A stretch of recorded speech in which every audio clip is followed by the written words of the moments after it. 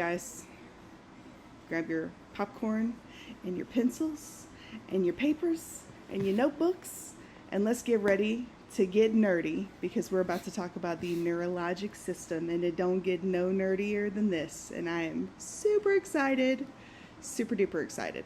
So there's going to be a lot of information I'm going to throw at you. We're going to start right into the very beginning when we talk about the pathophysiology of the brain, because I'm learning that you guys can't connect a lot of dots because there's a lot of gaps and a lot of things that you guys missed along the way, and I get that. It's hard to remember everything, so we're going to go over a systematic review of how the brain works. I'm going to give you a guided tour of the brain as best as I can. I'm going to teach you about the networking system. I'm also going to explain to you how it's easy for me to paint the cartoon in my head, which is what I always say, to paint the cartoon in my head of what it looks like to be a brain. It's funny, the movie In and Out, it's a Disney Pixar movie. It's hilarious because to me, that's exactly how I see the brain system. So it was like watching an entire 2.5 hours of how I perceive the brain to be, because it's pretty accurate in a lot of ways. So I am going to use those characters a lot when we talk about the different parts of the brain and how it attributes to the different types of emotions and things like that. I will use them, so maybe if you get bored one day, watch the movie if you haven't seen it before, just to figure out what it is that I'm talking about. And it's going to be a lot more easy to appropriate that information that I give you if you paint that cartoon in your head. I don't know what it is, and I haven't done any research on it, but I probably should, on the ability to laugh. Laughter, well, I've done a lot of research on that, but specifically painting a cartoon in your head and making yourself laugh about a scenario in order to appropriate that information to a very, very complex idea. I wonder what that looks like as far as success, or as far as shutting down that sympathetic nervous system, which we're going to go over again, because hey, we're in neuro, it's that time. I mean, it is going to get super dirty nerdy. Like, I'm super stoked right now. Okay, so yeah, let's have a little bit of fun, because we are going to go into the hardest system of all the systems by far, and we're going to make it super stupid simple, and it's going to be great. So let's do it. Let's do it. We're talking about the brain. I need for you guys to look at the brain as a system of train tracks. A lot of people say, well, I don't know a lot about trains. Okay, cool, I do. So you're going to learn a lot about trains. It's going to be super fun, because trains are my favorite thing in the whole wide world, or one of my top 10 favorite things in the whole, well, top 5, top 3. Anyways, I love trains.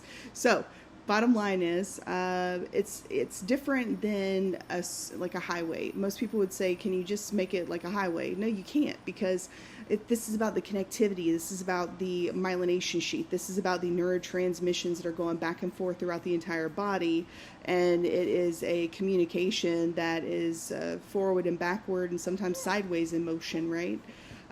So no, it's not. The connectivity of the train to the train track, you cannot have a train rolling on its own. It has to have a track, much like you have to have a neurotransmitter attaching to the appropriate system and functioning appropriately to go down the line. When you're talking about a highway, it's completely different, because I can off terrain with my wheels and it'll do it. It might mess them up, it might wear them down, but I can still do it, right? So that's why I use trains versus highways. So think of this as a series of train tracks, and we're at a train station. So it's a network that kind of goes everywhere, but we have different stops, right? We can stop in Chicago, we can stop in Dayton, things of that nature. So do you see why I like train tracks so much? Right? And in that storage area, or in that station, there's a lot of other things going on that are also analogous to how the brain appropriates and stores information. So it's kind of killer that we use train tracks. So I'm going to talk a lot about trains, and I apologize. Within this train track system, there is intracranial regulation, or intracranial regulation, and that's important because, and I understand your perspective on that, Athena, and that's fantastic. Unfortunately, your English is trash right now. So while I do, she was trying to let you know that intracranial regulation is a system, a venous system that we're going to talk about that brings that ICF, that intracranial fluid, up and down the spinal column, up and down the brain, again to help bathe and to help with the charge of the receptors that's in the transmission. That's a lot of words. I'm going to explain all the craziness here in just a second. So let's talk about brain regulation and oxygenation. So here's the question that everyone always wonders but never asks because they don't want to feel dumb. And hey, guess what? There is no such thing as dumb in my world because I'm a giant clown. So dumb is what I do. So brain requires oxygenation. Have you ever thought why? Like, what is it about that? So let me explain. Given the hypermetabolic activity of the brain tissue and the relatively high oxygen consumption rate, I'm talking it's like super duper high, the brain is basically dependent on uninterrupted blood supply of substrate for its oxidative metabolism. Big words for it's got to have it, it's got to feed itself. And in order to feed the action, it's got to feed the action with some type of food. And this is how we get our food, basically. So when we talk about things in the medical world, we're going to use common phrases like air hunger. There's a reason that we say air hunger. It's literal hunger, okay? So oxygen is utilized in the brain almost entirely for the oxidation of carbohydrates. So glucose is the preferred metabolic substrate for the brain. And honestly, without glucose, the oxygen stores available to maintain that oxidative system and homeostatic brain function, it's lost very quickly. I mean, we're talking about a person can lose consciousness within 10 seconds. I mean, you're talking about global cerebral blood flow arrest. It's a big, big baddie. All right, so the critical level of brain tissue, believe it or not, or the PO2 beneath the consciousness, where a normal EEG pattern would be lost, is like 20. So that happens pretty fast. I mean, we're talking 10 seconds, you're out.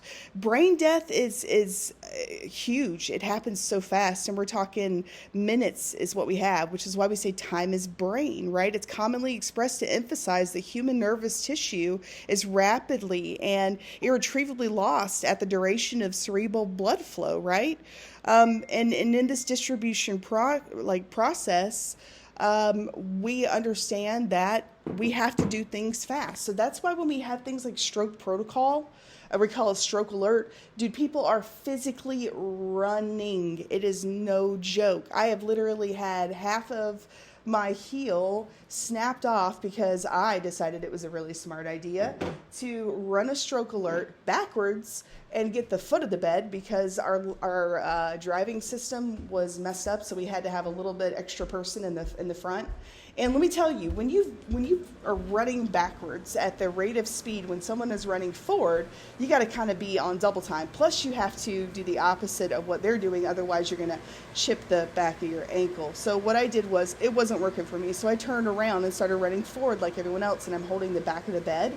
And when I did, in that turning, I slowed down just enough for the corner of that bed to chip off the back of my heel with a full shoe on. It de-shoed me like I got hit on a hit and run. It was crazy. So, lesson to be learned in this case. Don't be a dummy like I was. Don't be at the foot of the bed ever. Ever, never, never. If you ever have to be at the foot of the bed, you grab the rail on the side at the foot of the bed and you move with the bed.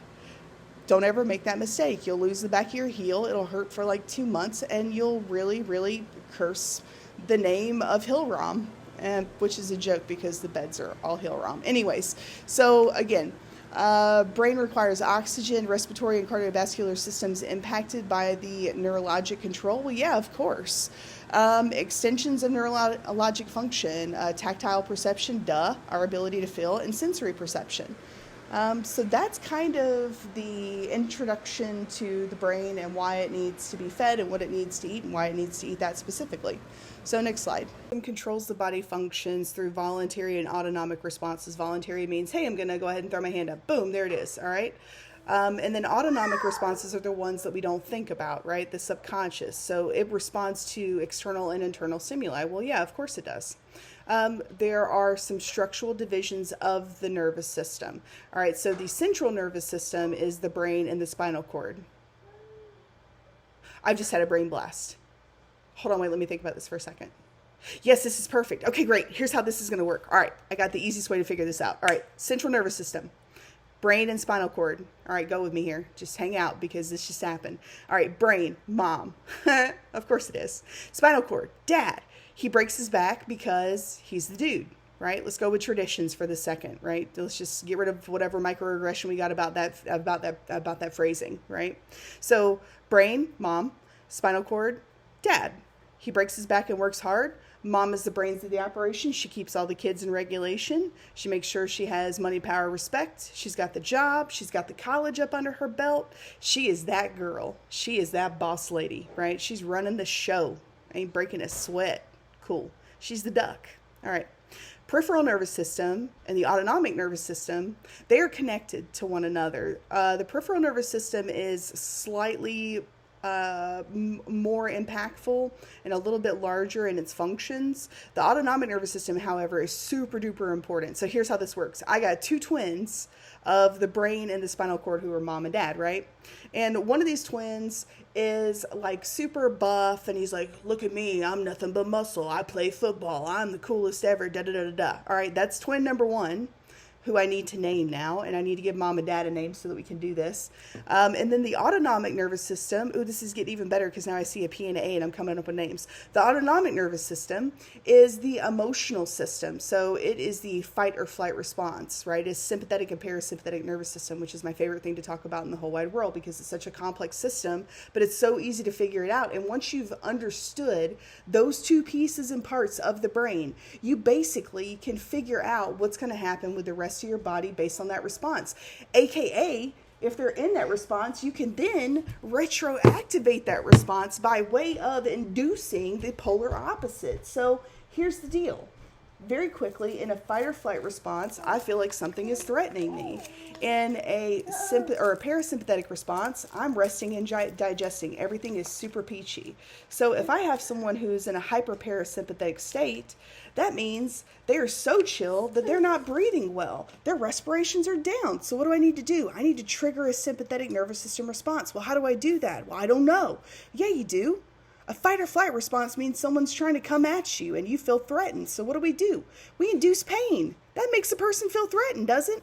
Duh. Oh my God. It's so crazy. It's revolutionary. No, it's science. It's not magic. It's science. Nikola Tesla literally held lightning in his hands. He would hold a light bulb that had never been lit, walk next to his AC conduction, and it would illuminate, right? His Tesla coil that was ran off of this process that's super simple and works on basic science. And people would think that he was a magician.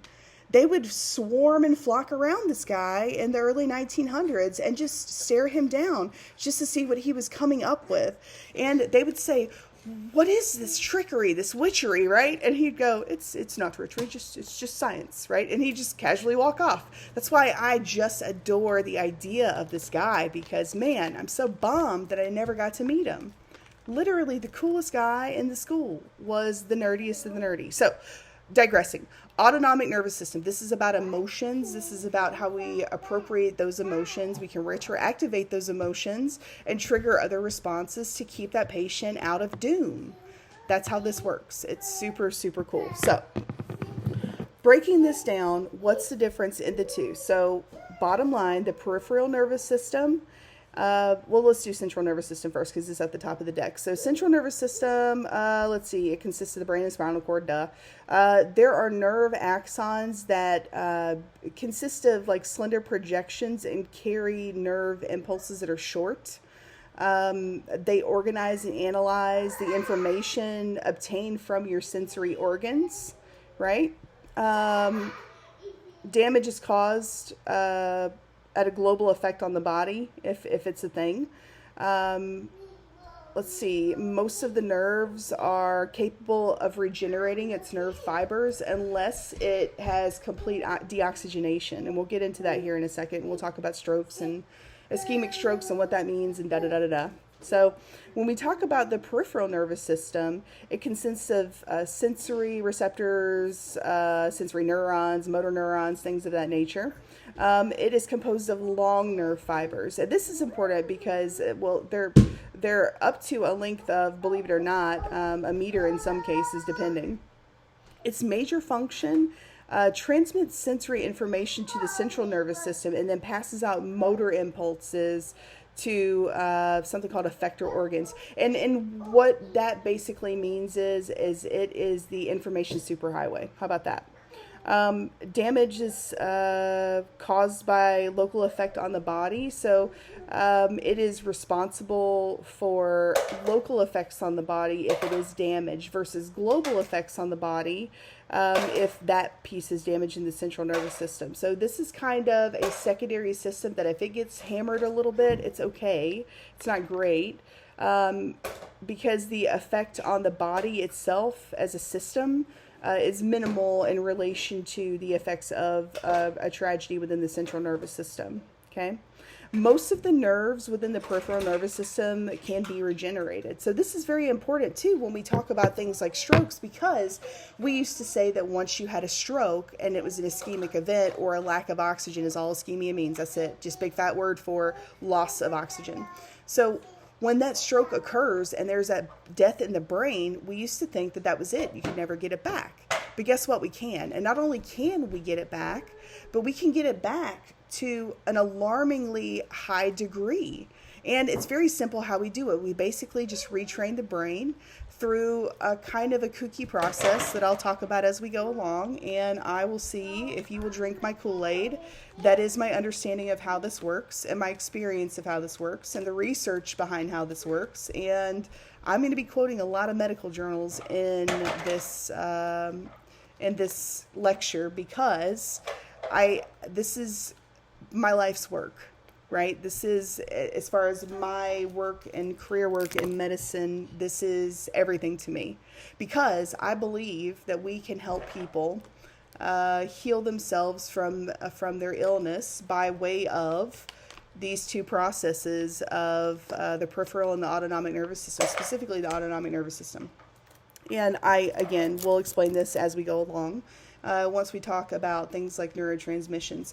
Keep in mind the big three that I always talk about: energy, frequency, and vibrational pattern. We're going to get into that super in depth on this lecture. I don't know how long this lecture is going to be. I'm sorry in advance. I would be stunned if anyone gets through this. But if you do get through this, you're going to have the key to what it means to be a great nurse from a technical perspective. So maybe you should take this in bites, small bites. So let's go to the next slide and let's keep playing games because this is fun. I just felt like it was necessary.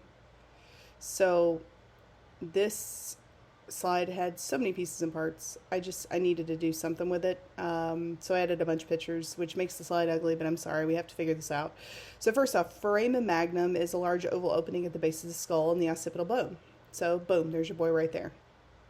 All right, spinal cord, it extends through from the medulla oblongata.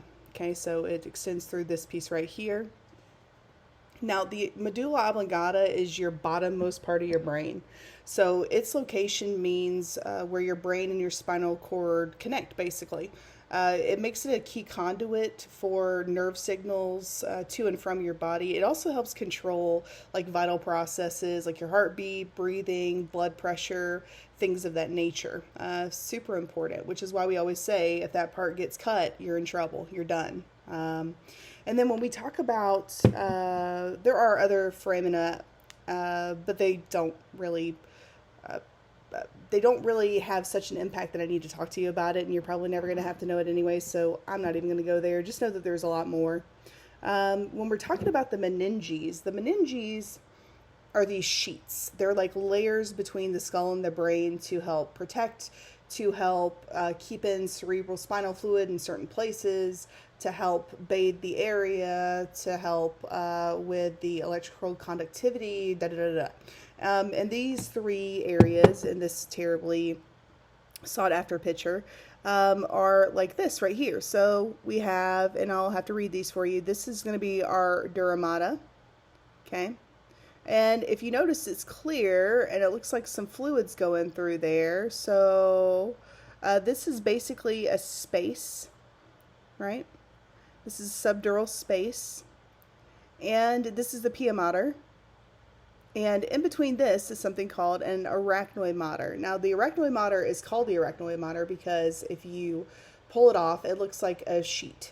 And when you hold it up, don't ask me how I know this. This is what you guys think of me, I'm sure.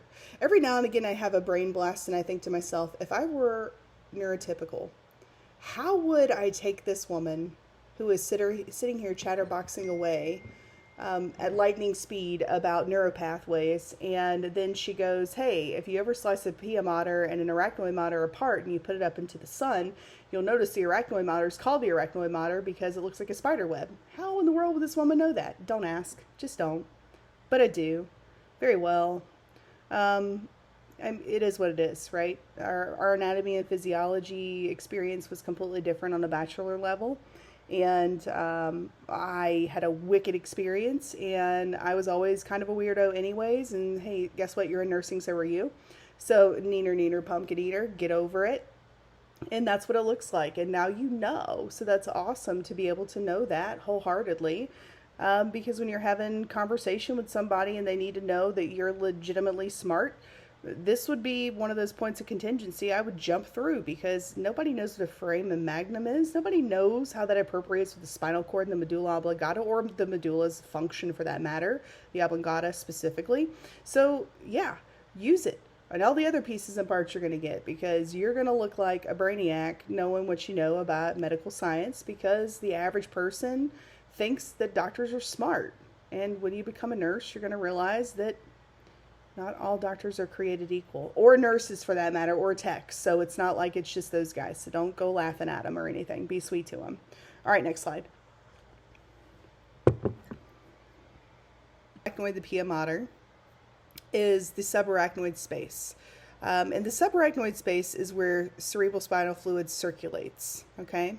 The phallic cerebri, which holds the dura mater, separates the two cerebral hemispheres. That's pretty important.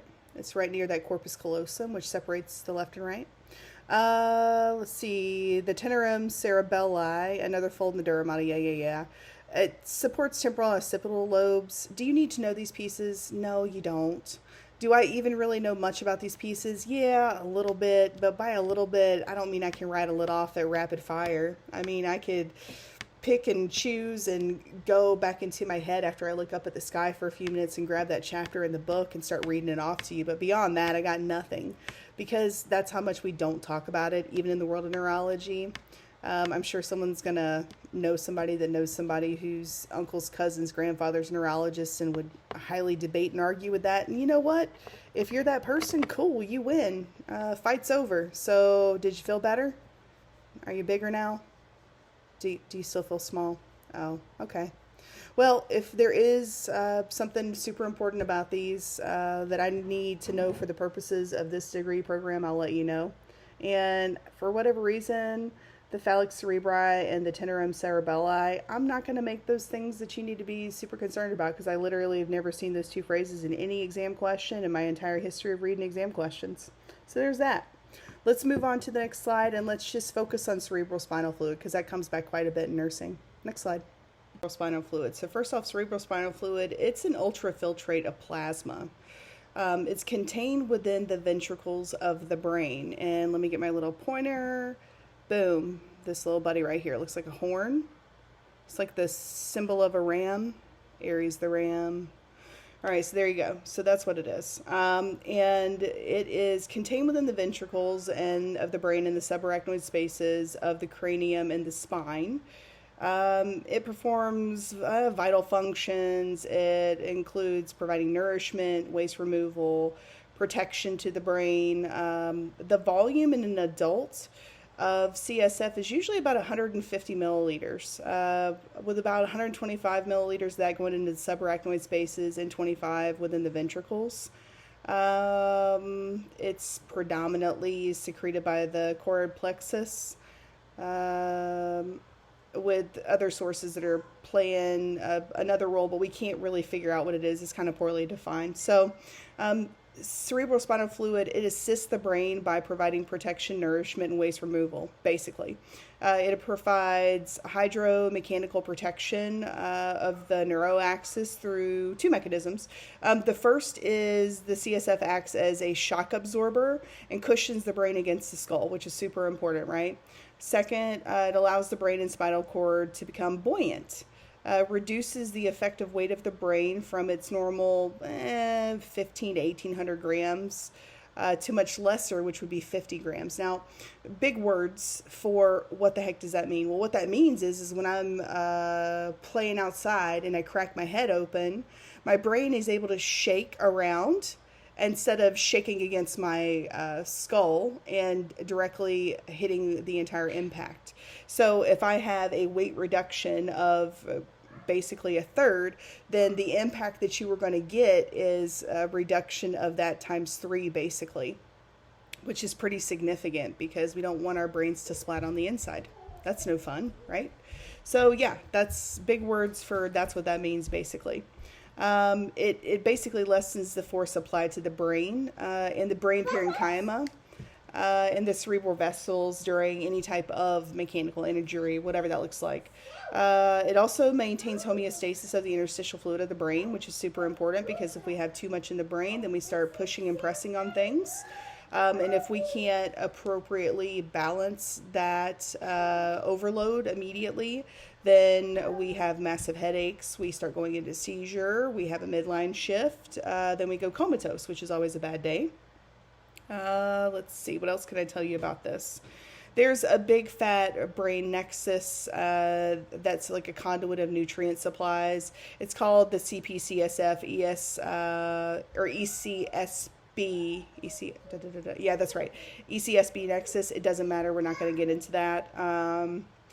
It's also, it also removes brain metabolism waste products, which is like peroxidation products, excess neurotransmitters, debris, the lining of the ventricles, bacterial, viruses. So what it is it sheds all of these things, much like when things get too old, it sheds. When we cycle as females, things shed, and that's the whole reason that we have to have that process. So it's the same process in our head. It's just, not so violent. How about that? But still, it's the same type of process for shedding all of the bacteria, bringing in the new good stuff. It's like, it's like getting a chemical peel. How about that? Anyone ever had a chemical peel? No? Anyways, it just sloughs off the other stuff and brings the shiny stuff through so that we can be rejuvenated and we can, again, regenerate ourselves so that we can continue those neural pathways. Whenever you aren't able to shed that, I find it very important to also mention accumulation of those unnecessary molecules are going to be seen when you have aging adults, and that's how we come up with neurodegenerative diseases, because it interferes with the reception of the function of the brain. So it would be the equivalent of me trying to shed that off and not being able to. And I have an antenna up on top of my house because I have, Spectrum or whatever, and I knock it with a baseball bat. That would be the equivalent of what it does to my brain and my ability to process that TV channel that I'm now trying to watch but can't because some idiot got a Louisville Slugger and decided to, make it a piñata, right? So that's what that means, basically. Let's go to the next slide.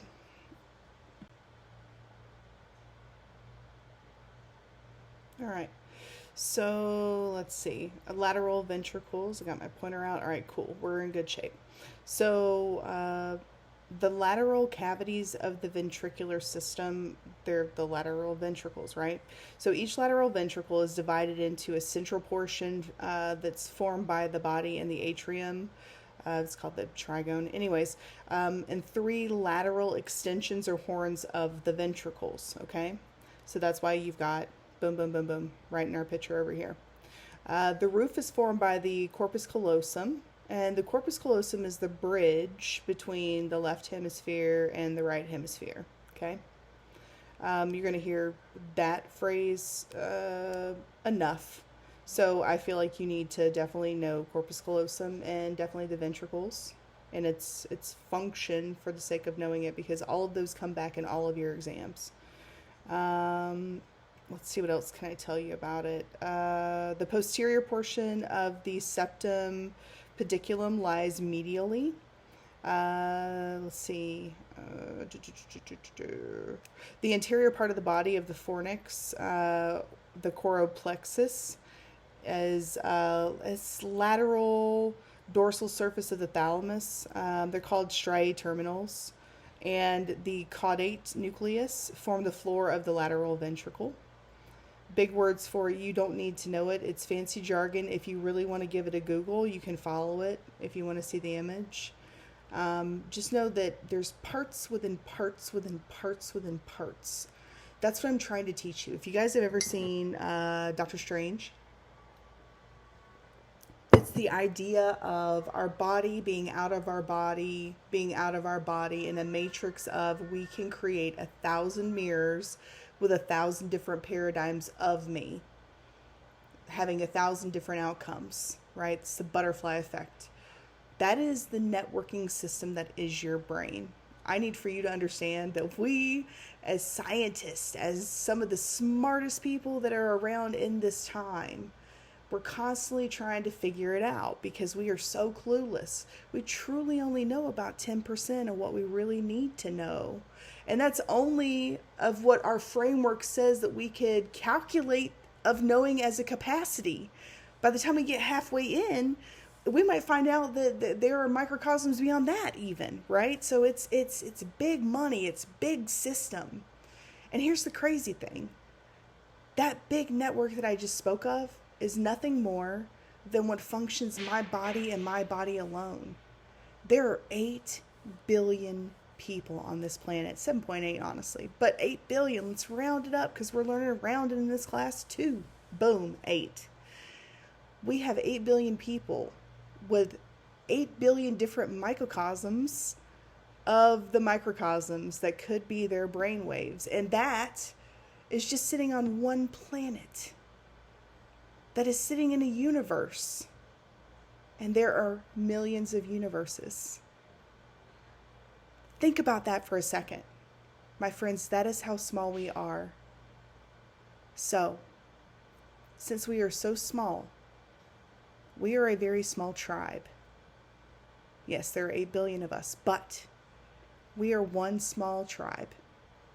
And we should stick together as a tribe and support one another and not have these isms that we have, because at the end of the day, we're all small.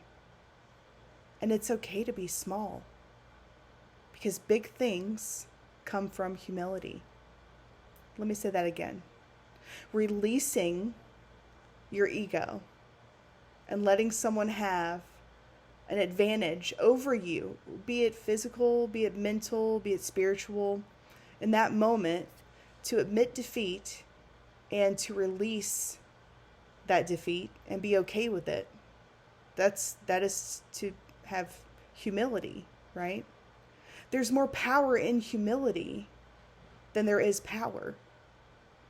Because in order to create power, you have to take the power from somebody else.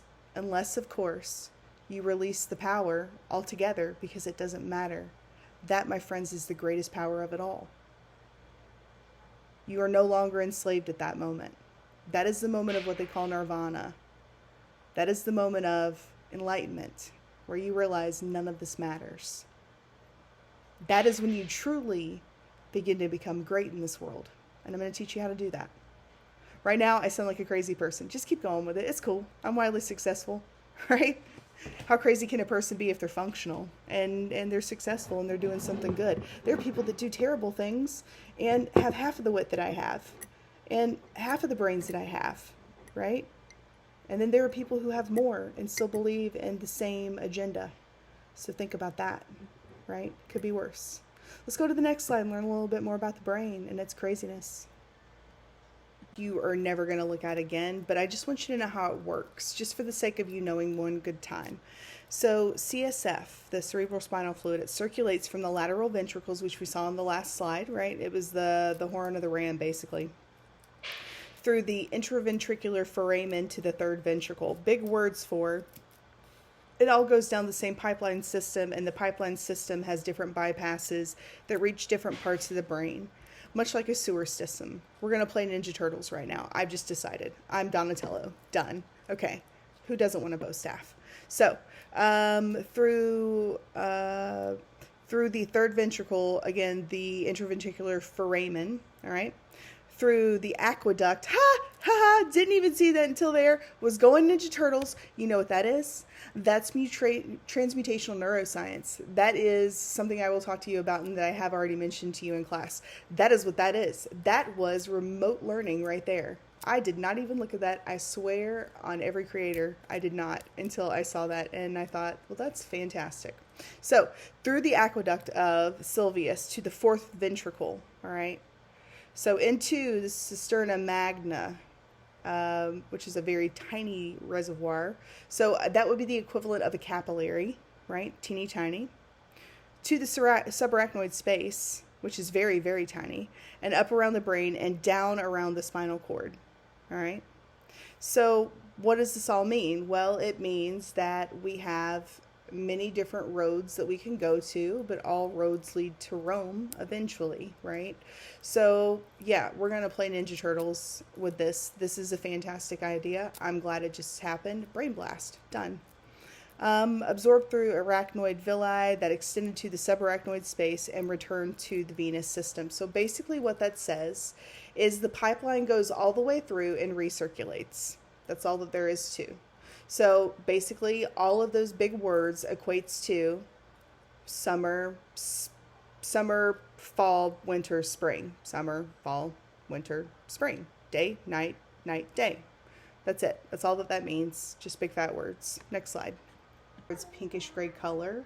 It's home to the neuro cell bodies, axon terminals, dendrites, as well as nerve synapses. So what does that mean? Let's stop right there because that's a lot of words and nobody knows what that means. So here's what I want you to do. I want you to picture being in New York, all right? And in New York, there obviously are subway systems because that's how you get around. So you would represent the cell bodies as well as the 9,000 people who are standing around you trying to get into the subway terminal. The axon terminal, see how they're both called terminals, is when the doors snap open. That's your axon terminal, right? And then the dendrites, as well as the nerve synapses, are the different connections and subway systems to get you to, I don't know, Queens, the Bronx, Brooklyn, right? That type of a deal. So the brain tissue, this type of brain tissue specifically, is abundant in the cerebellum, the cerebrum, and the brainstem. It also forms a butterfly-shaped portion of the central spinal cord. The back of the butterfly shape is known as the posterior. Sometimes they call it the dorsal gray horn. That region passes sensory information via like ascending nerve signals to the brain. The front part, it's sometimes called the ventral gray horn, sends descending nerve signals governing motor activities to your autonomic nerves. So again, things that subconsciously move. So a problem with the dorsal horn, by the way, may affect your brain's ability to interpret sensory information, while issues with the ventral gray horn interfere with your body's ability to receive motor information. So we're talking about paralysis, tingling, muscle weakness. They're often products of damage to the ventral gray horn, just so you understand and can appropriate how important just this one piece and part is to those functions, right? So let's talk about white matter and switch it up. So white matter of your brain and spinal cord is composed of bundles of axons. So the axons are coated with a myelin. It's a mixture of proteins and lipids. They help conduct nerve signals and protect axons. So white matter's job is to conduct and process and send nerve signals up and down the spinal cord. All right, so damage to the white matter of your brain or your spinal cord can affect your ability to move, use your sensory facilities, react appropriately to external stimuli, Yes, you're right. Some of the people with damaged white matter suffer deficits in reflective reactions. That's absolutely correct, Athena. Thank you for that guest spot. I appreciate that. So, basically, together, the gray and white matter of your brain and spinal cord, they help form spinal tracts. And these pathways and nerve signals from your brain to the rest of your body, that's kind of how it works. So, knowing the most common tracks can help you discern the source of your injury in your patient. Those tracks, let's see, there's a posterior track. Those tracks are located at the back of your spinal cord. They convey information to your skin about pressure and touch and pain, right? So they also help you position your body in your space so you can move accordingly to your surroundings, aka, oh no, I'm driving with my head out the window and here comes a mailbox. Swing back into the car. That type of, slapstick humor type of a deal. And then there's like spinothalamic tracts. And with spinothalamic tracts, they send sensory tracts that tell your brain about your body's temperature and pain levels. So like ow versus ow, right? And then there's the corticospinal tract. And those motor tracts send nerve signals from the brain down to the spinal cord and into various skeletal muscles, which enables you to move fully. So you see how, again, important all these pieces and parts are. Now, when we talk about carotid arteries, they supply most of the blood to the brain, right? They branch off into areas, the posterior cerebral, the middle cerebral, the anterior cerebral, and then it has even smaller connections, like I said, like capillaries versus vein versus artery type of a deal. And then it spider webs throughout the rest of the supply, right? And it does it through this chain over here. Let me get my little pointer going. There we go. Through what's called a circle of Willis. So if I flip the brain upside down and I'm just holding the brain, boom, there she is. And this is the major pathway. I always call it the little person, right? And it innervates and supplies the entire neuropathway system, basically. And then the blood leaves the brain through the venous sinuses. They empty into the jugular veins, also super important. So then we send the supply back so that we can then, reoxygenate, recharge up, and keep the system flowing. Kind of killer, right? So the brain and the heart work together like, are you ready for this? I'm about to spin it in a weird way. The brain and, let me make sure I'm doing this right. Yeah, because I just had another brain blast. Yeah, this is absolutely accurate. All right, so check this out. The neuro and the cardiac system are like an AC conduction motor. So the way an AC conduction motor works is it works off of polarities. So the polarities spin each other in circular motion infinitely, right? Isn't that what the brain and the heart do with one another? Isn't that part of the regulation or the loop that creates this feedback? Is it not? Just saying. I think it's kind of killer because when we go back to simple systems that create huge things, like, I don't know, the internet or cell phones, yes, I'll say the Tesla motor, which is the AC conduction motor that they use in Tesla vehicles, but not the rest of its engineering. But yeah, things of this nature, the MRI machine, again, all of these big things that we use every day is based off of simple principles that come straight down to your creation of your own blood and body system itself. And yet we see it again, the same principle that flows through a theory of magnetics and its polarity and magnetism, so physics, right? So do we see how it's all connected when I say things like energy, frequency, and vibration are everywhere? It's the basis of everything that we do. And if you understand how the foundation of everything works around you, then you have a certain type of knowledge that is golden and applicable into everything that you do. It's like having the keys to the kingdom. Having the keys to the kingdom of space around you itself. It's kind of killer. We see the same thing when we talk about gas exchange, right? So let's appropriate that to the world outside of us. Okay, cool.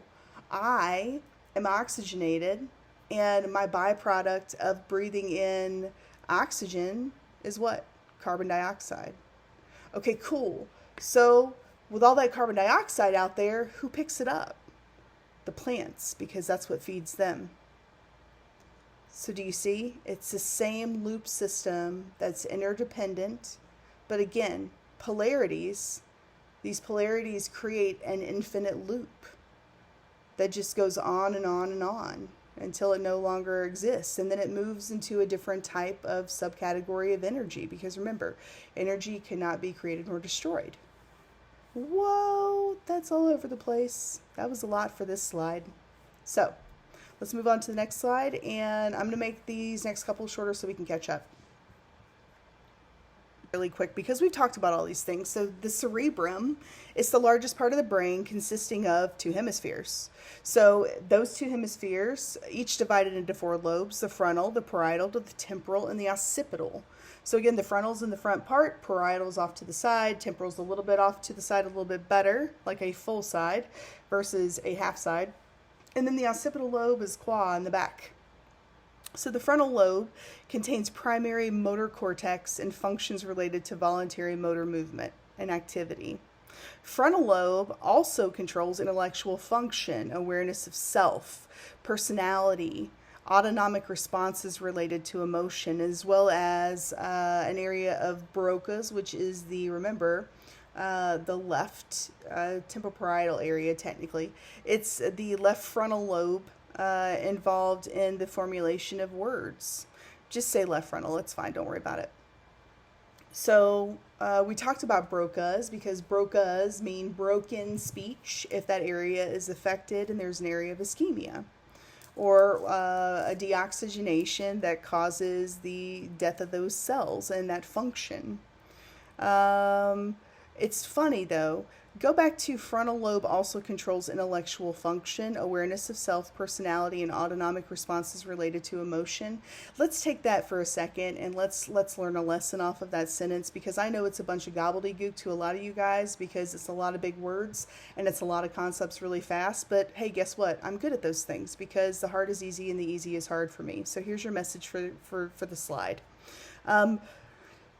What that means is recall on a couple of slides ago, we talked about it is these cells, a lot of these are reactivatable. They slough off and they create new tissue, if you will. And because we have that, we have the ability to regenerate. So in regeneration, we also have the ability to increase our intellectual function when we are aware of ourself and our abilities, but only if we are aware of ourself and our abilities. Also, if we have a good sense of self, a good personality that understands that as such, you are going to be fearful. So when you recognize fear, you turn that fear into a parasympathetic strength. Then at that point, you have opened up a window to give you confidence to learn more and believe in what you've learned. Reflect on that learning and think how you think, and then wonder if how you think about it currently is really how you should think about it later. And then you think about thinking. And then you come to a moment of life where you realize that you can create anything in this world if you believe it. I need for you to understand this because this function is incredibly important in your ability to achieve greatness. You have the ability to make this world whatever existence you want it to be. And you start that process by telling your brain that you are bigger than your body gives you credit for.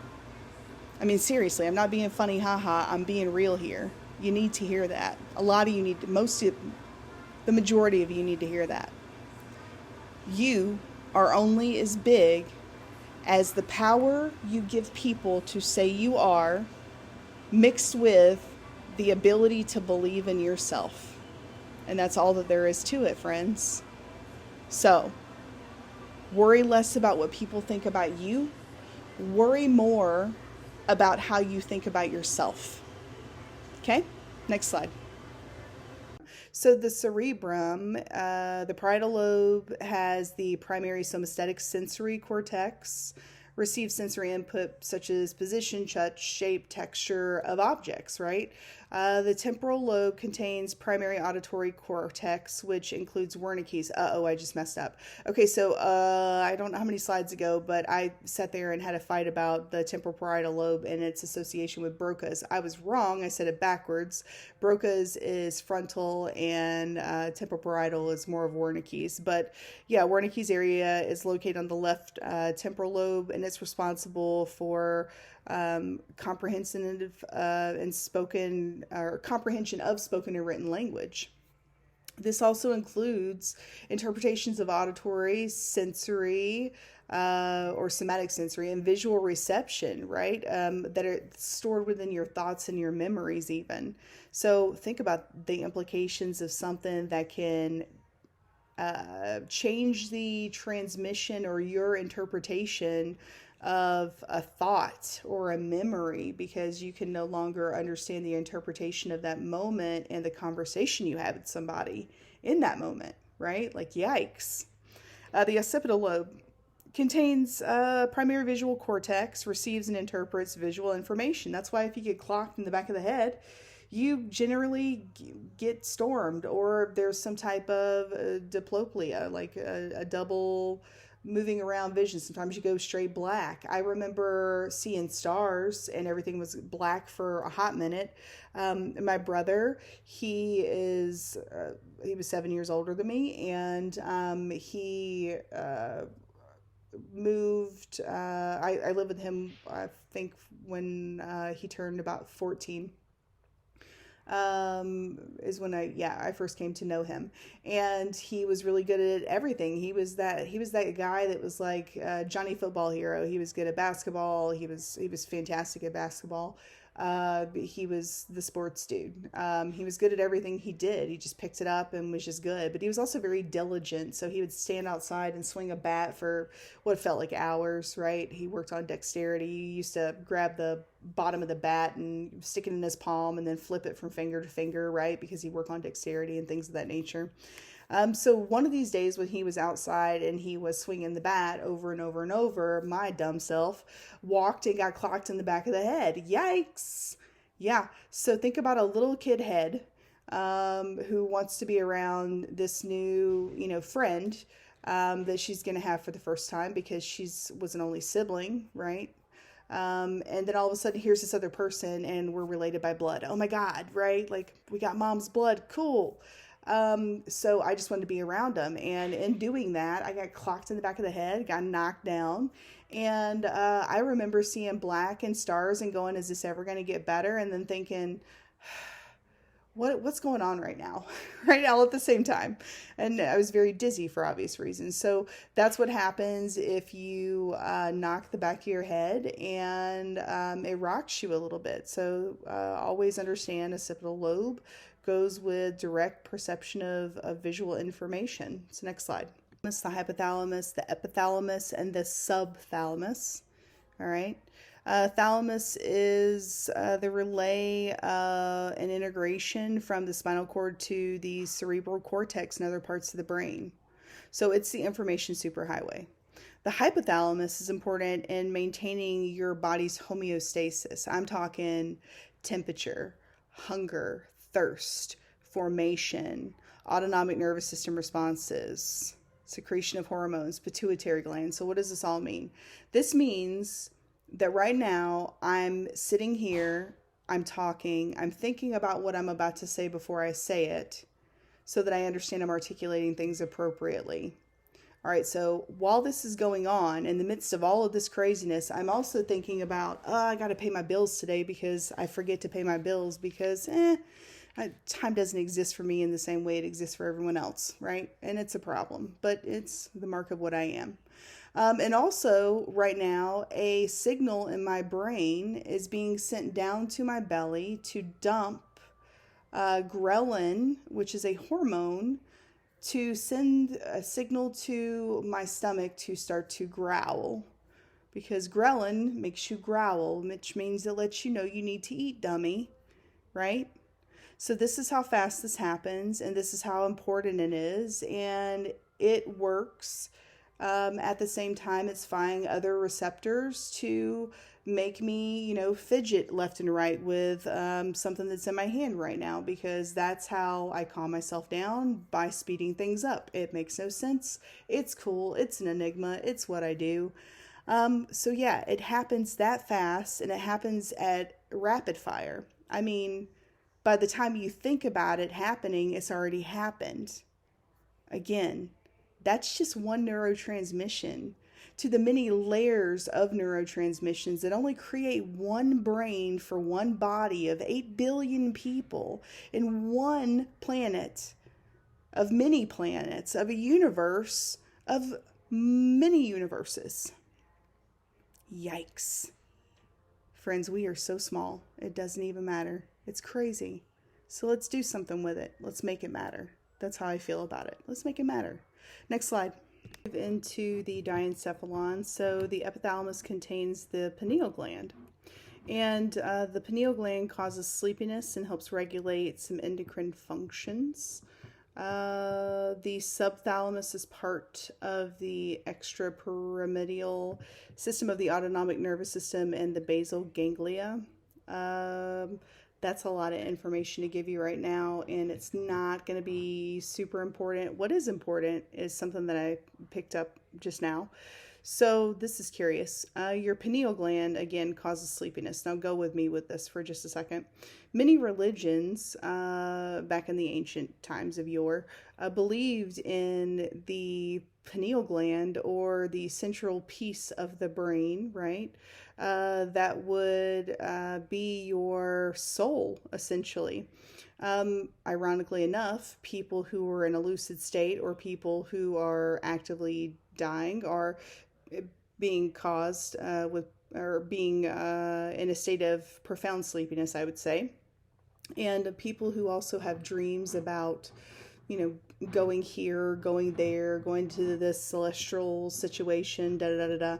I find it really interesting that the one place that we have found that truly is associated with causing sleepiness is the one area where 5,000 years ago, ancients who did not know exactly what was going on, who would dig things out of people rather than, cut, because that's part of the mummification process. They would have no way, essentially, of knowing what the innards look like. So I find it very ironic how we could still appropriate the same two things together 5,000 years before we actually know, through nerve stimulation testing and double-blind studies and all this research that we've done through all these years, that that's actually the spot that causes sleepiness, which is, in a way, the transition between this world and some other plane that we can't appropriate with being here physically. So yeah, there's food for thought. Next slide. You need to know about this whole entire thing is basal ganglia. Its function is balancing the production of two neurotransmitters, acetylcholine and dopamine. They create smooth, coordinated, voluntary movement. Okay? We know acetylcholine and dopamine because many of the paralytic medications that we give are acetylcholines. And then dopamine, we know from Parkinson's, right? Because we give L-Dopa to help with Parkinsonism, right? So that makes sense, totally. Let's look at the next slide. It is made up of your midbrain, your pons, your medulla oblongata. 10 of 12 cranial nerves originate from the brain stem. Okay, so now we're going to start playing games with cranial nerves. Before we begin, I would encourage you to do the following. Get one separate pen and piece of paper for this. On the very beginning, I just want you to fill in the blanks between 1 and 12. That's all I want you to do. And then the next part of your notes below that, what I would do is I would break them down category by category. I'd go 1, I'd go 2, and so on and so forth. And as we talk about these, just fill in the areas. of the most important points. And how would you know the most important points? Well, because I'm going to sit here and talk about them, and I'm going to tell you that they're the most important. Because I have seen this several times in the examinations, be it this one or all the other 5,000 that I've looked into. And because I've seen a question related to specifically what I'm going to tell you. All right. So anytime I ever say anything and I take a lot of time or I say write it down, do that, because that means I've seen it happen again and again and again and again. Right? Remember, I'm a patterns person. If I see patterns, I tell patterns. It is what it is. So, midbrain functions to relay stimuli concerning muscle movement to other brain structures. Cool. I'll buy that for $1. Good. Yummy. All right. Oculomotor nerve. That's number 3. Remember, olfactory, optic, oculomotor. And trochlear, so 3 and 4, originate in the midbrain. We know cranial nerve 3 and 4. We also know cranial nerve 6, because 3, 4, and 6 are directly associated with a lot of things. The 6th position field of gaze test. Test for 3, 4, and 6. So yeah, that makes perfect sense. Let's go to the next slide and see what we got. All right, so let's look at the brainstem. So the pons relays impulses to the brain centers on lower spinal nerves. Yep. Cranial nerves that originate in the pons are trigeminal, abducens, facial, and acoustic. Do you need to know that? No. Do you need to know that for appropriation purposes so you can put the pieces and parts together? Yeah, but only if you want to be that crazy, and that's on you. All right. Again, we're enhancing our learning.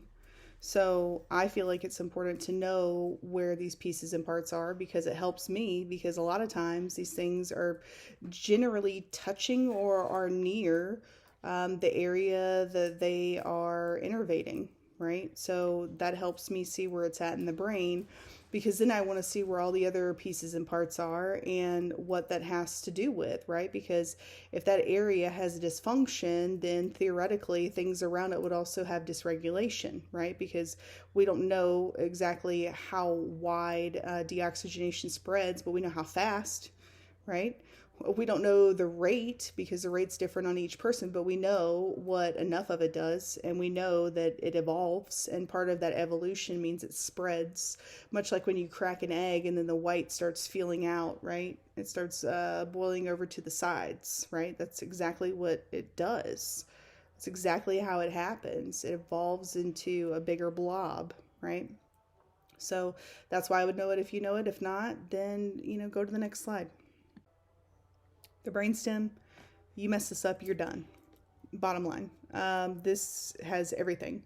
So the medulla oblongata contains the centers for controlling functions like breathing, sneezing, swallowing, coughing, vomiting, vasoconstriction. If you can't do these things, you're done, right? So if we lose function in our brainstem, it's over. It's curtains. Ironically enough, you can live with very little amount of your brain so long as your brainstem is still there. But yeah, if you wax that out, it's over.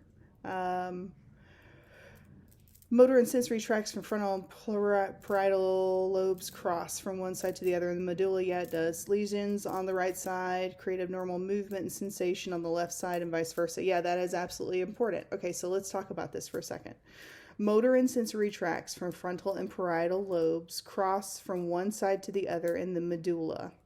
Lesions on the right side create abnormal movement and sensation on the left side, and vice versa. So what does all of this mean? Big words. What it means is the left side of my brain messes with my right side of my body, and my right brain deals with my left side of my body. Simply put. And it's done at this axis, at this impasse. And what happens is, again, if we create dysfunction or we sever this tie, this is the basis of every function that we have, and it's backsies. It's the upside down of how things work. So cranial nerves originating in the medulla. Again, none of this stuff matters unless you just really want to know for the sake of knowing, because you'll see that they all connect together and it's very interesting. But if not, then just move to the next slide. So here we have an opportunity to stop and look at a couple of these pieces and parts. Again, some things. Here's the dura mater that we talked about earlier, medulla oblongata here. Of course, the cerebellum, the pons, midbrain. When we get into the third ventricle, choroid plexus, we talked about that.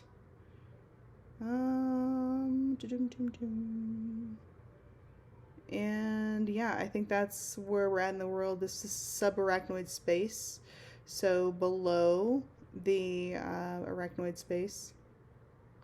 And yeah, I think that's it. Let's go to the next slide. All right, so again, we got Broca's, which is broken speech. So if this area is affected with ischemia, I might not be able to speak. I might not be able to swallow. I might not be able to do either. That's a big problem. And then, of course, Wernicke's means I can't receive information appropriately, period, on many different planes. And of course, we have our boxing glove that has our different lobes broken up: frontal, parietal, temporal, occipital, cerebellum, spinal cord, pons, and medulla oblongata. All right, next slide. All right, let me try to explain this slide to you because it's a lot.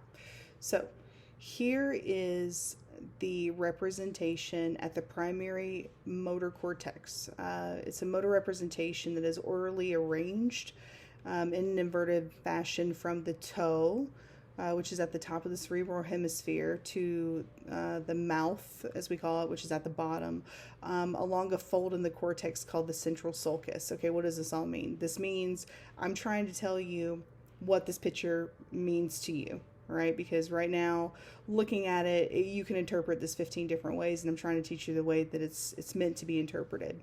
So understand that what we mean and what these little swoops mean over here, and let me pull my little, these swoops right here.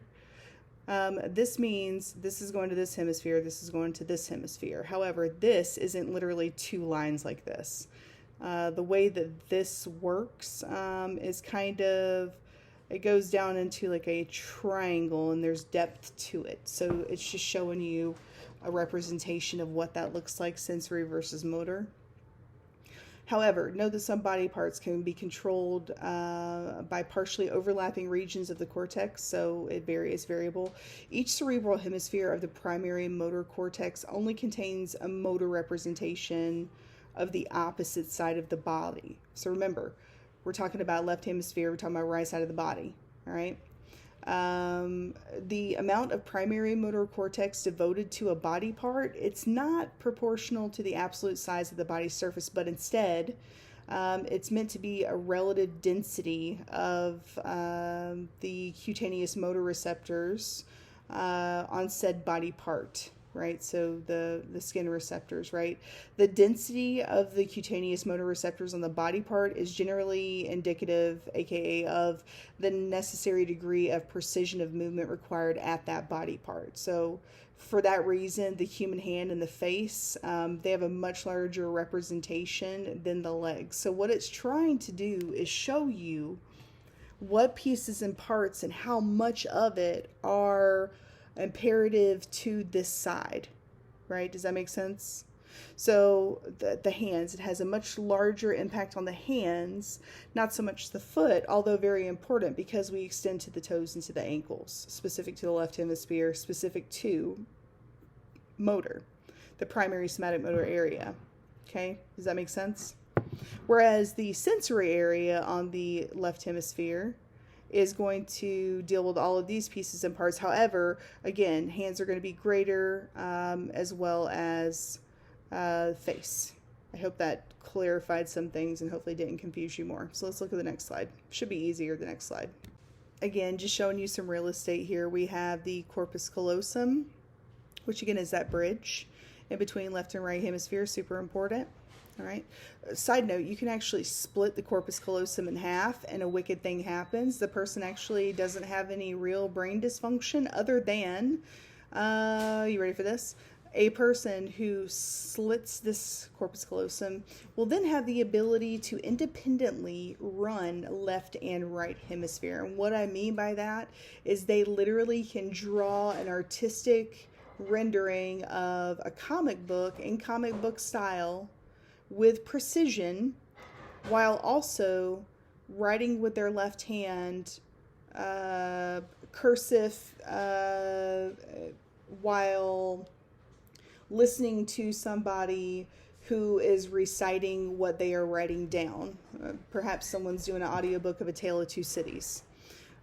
So they have the ability to listen to A Tale of Two Cities on the left, in the left ear, and then write down verbatim what is being said, while being able to concomitantly draw a picture with their right hand, with some pretty serious precision, both moving, left and right brain independently. And there was a gentleman who did have a break of the corpus callosum, who was a very famous study.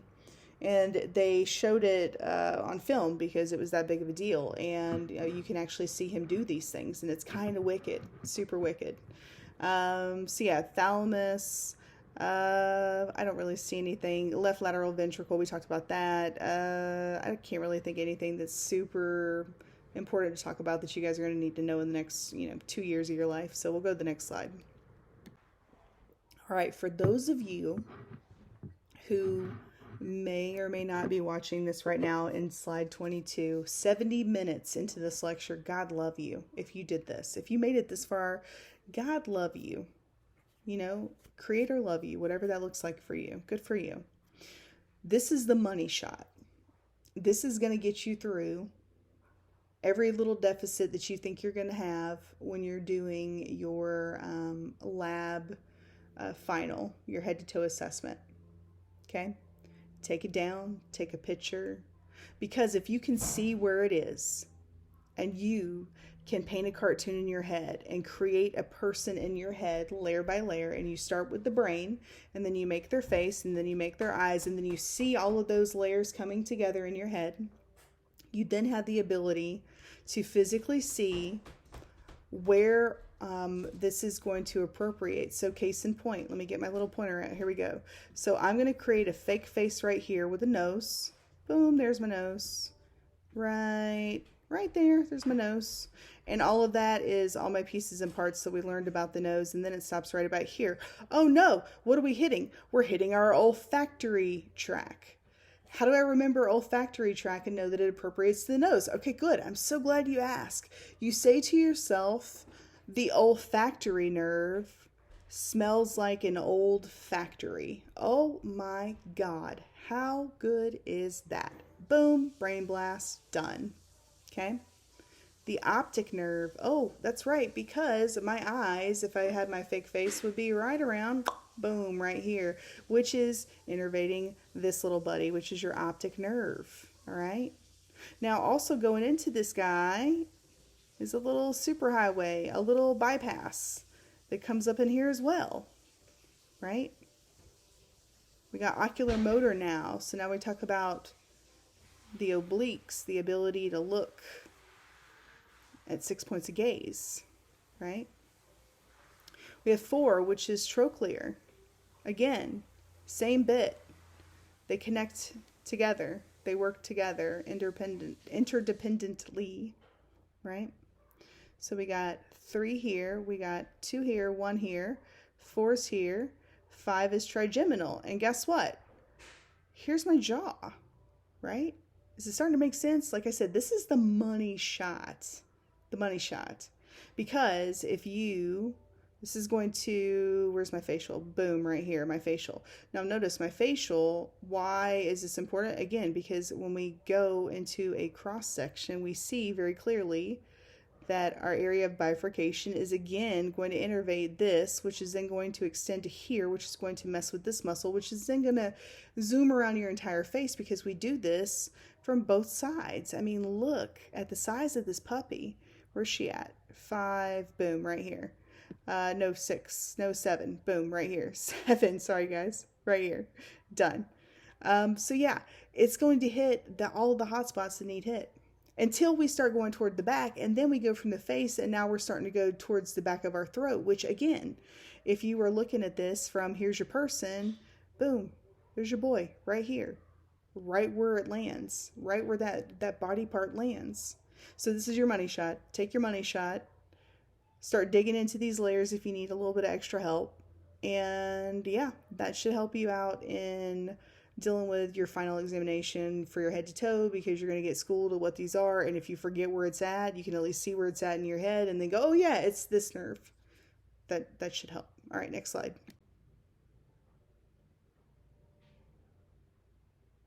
All right, so here we have the cerebellum, which is separated from the cerebral cortex, and the tenorium cerebelli. So functions, again, equilibrium, muscle tone. This is important because, again, we're going to appropriate the cerebellum with vision and also balance, right? So that's basically all you need to take home from this slide. So we can go to the next one. The spinal column. We are going to go into the lumbar area, and in the lumbar area, we have the cauda equina. Now, the cauda equina is Latin for horse tails.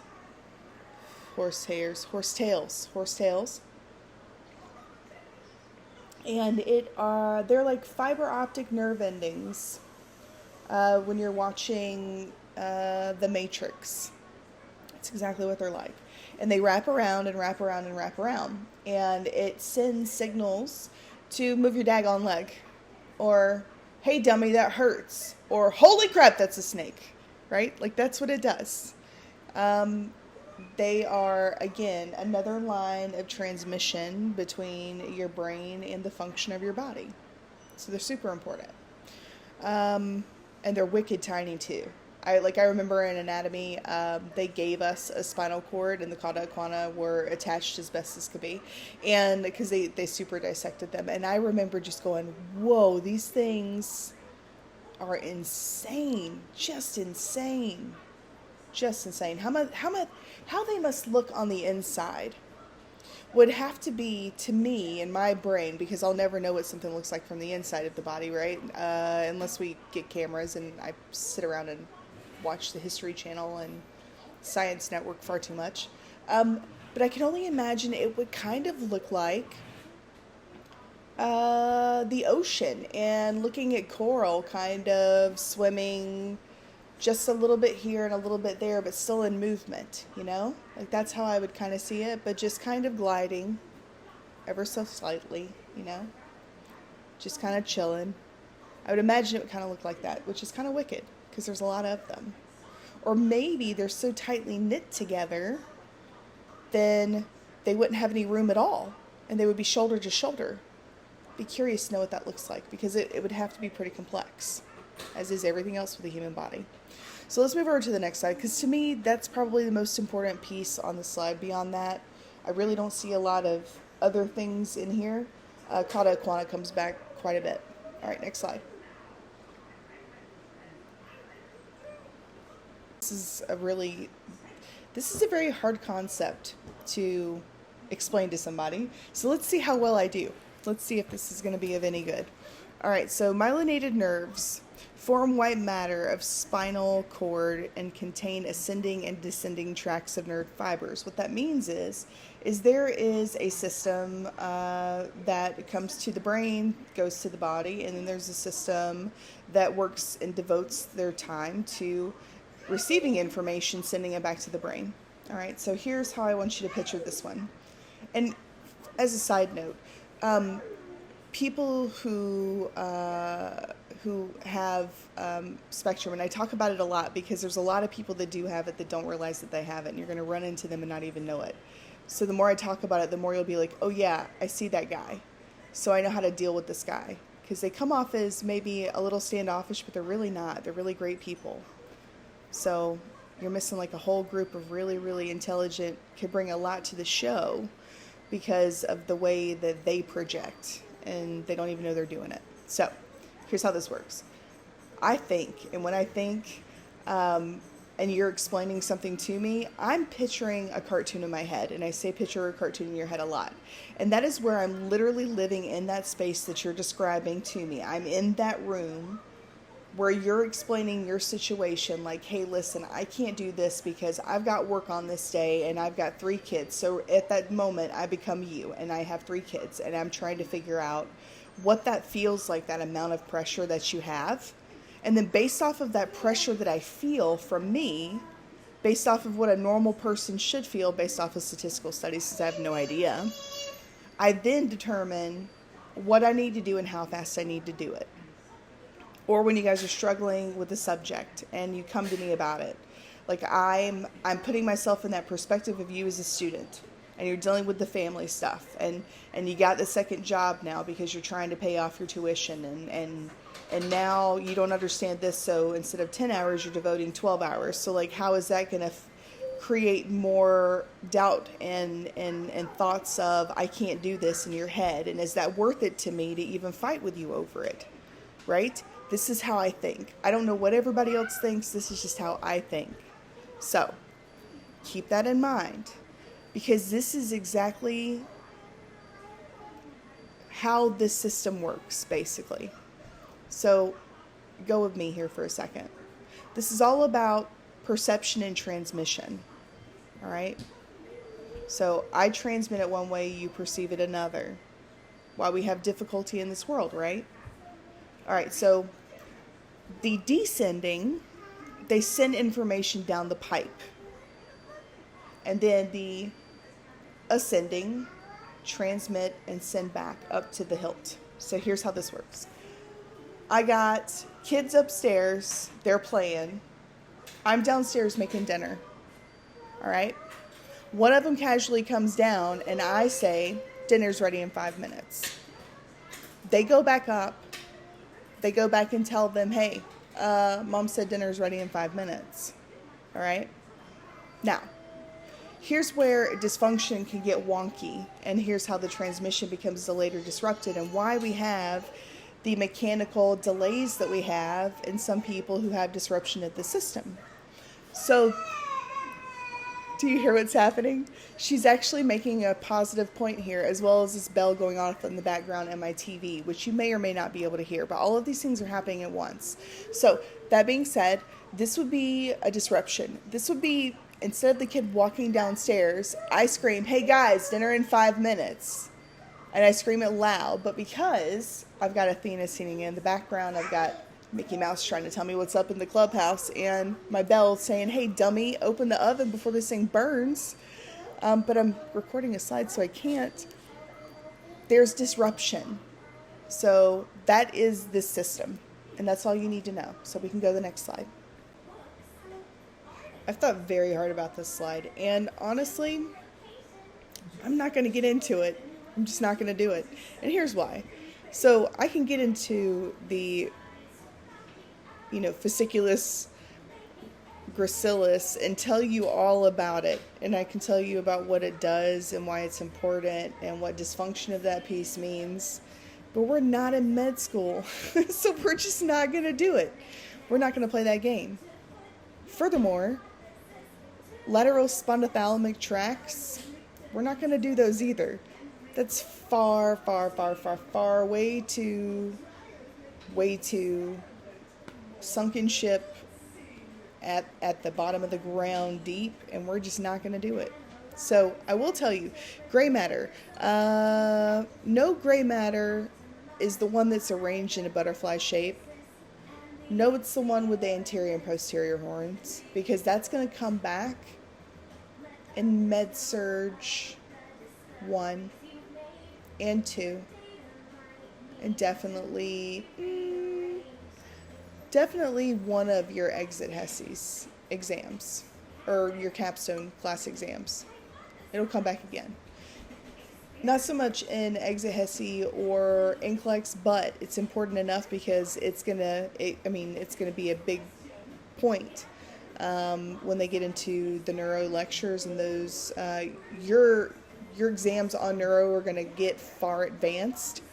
So that's why this lecture series is so important, because the neuro piece, if you let me help you teach it and learn it, you can do it in about 2.5 hours listening to me rattle off about rando stuff, and then, rolling your eyes and taking a bathroom break when I go off in a tangent, right?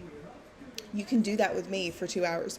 Or you could spend the next 50 hours trying to figure out how to do it and then end up calling me anyways because you guys know that neuro is my baby. So I'm trying to save you later right now, if that makes any sense. That's why I said this is just an enhancement of your learning. You don't need this until you need this. It's like, in case of fire, break glass. That's what this is.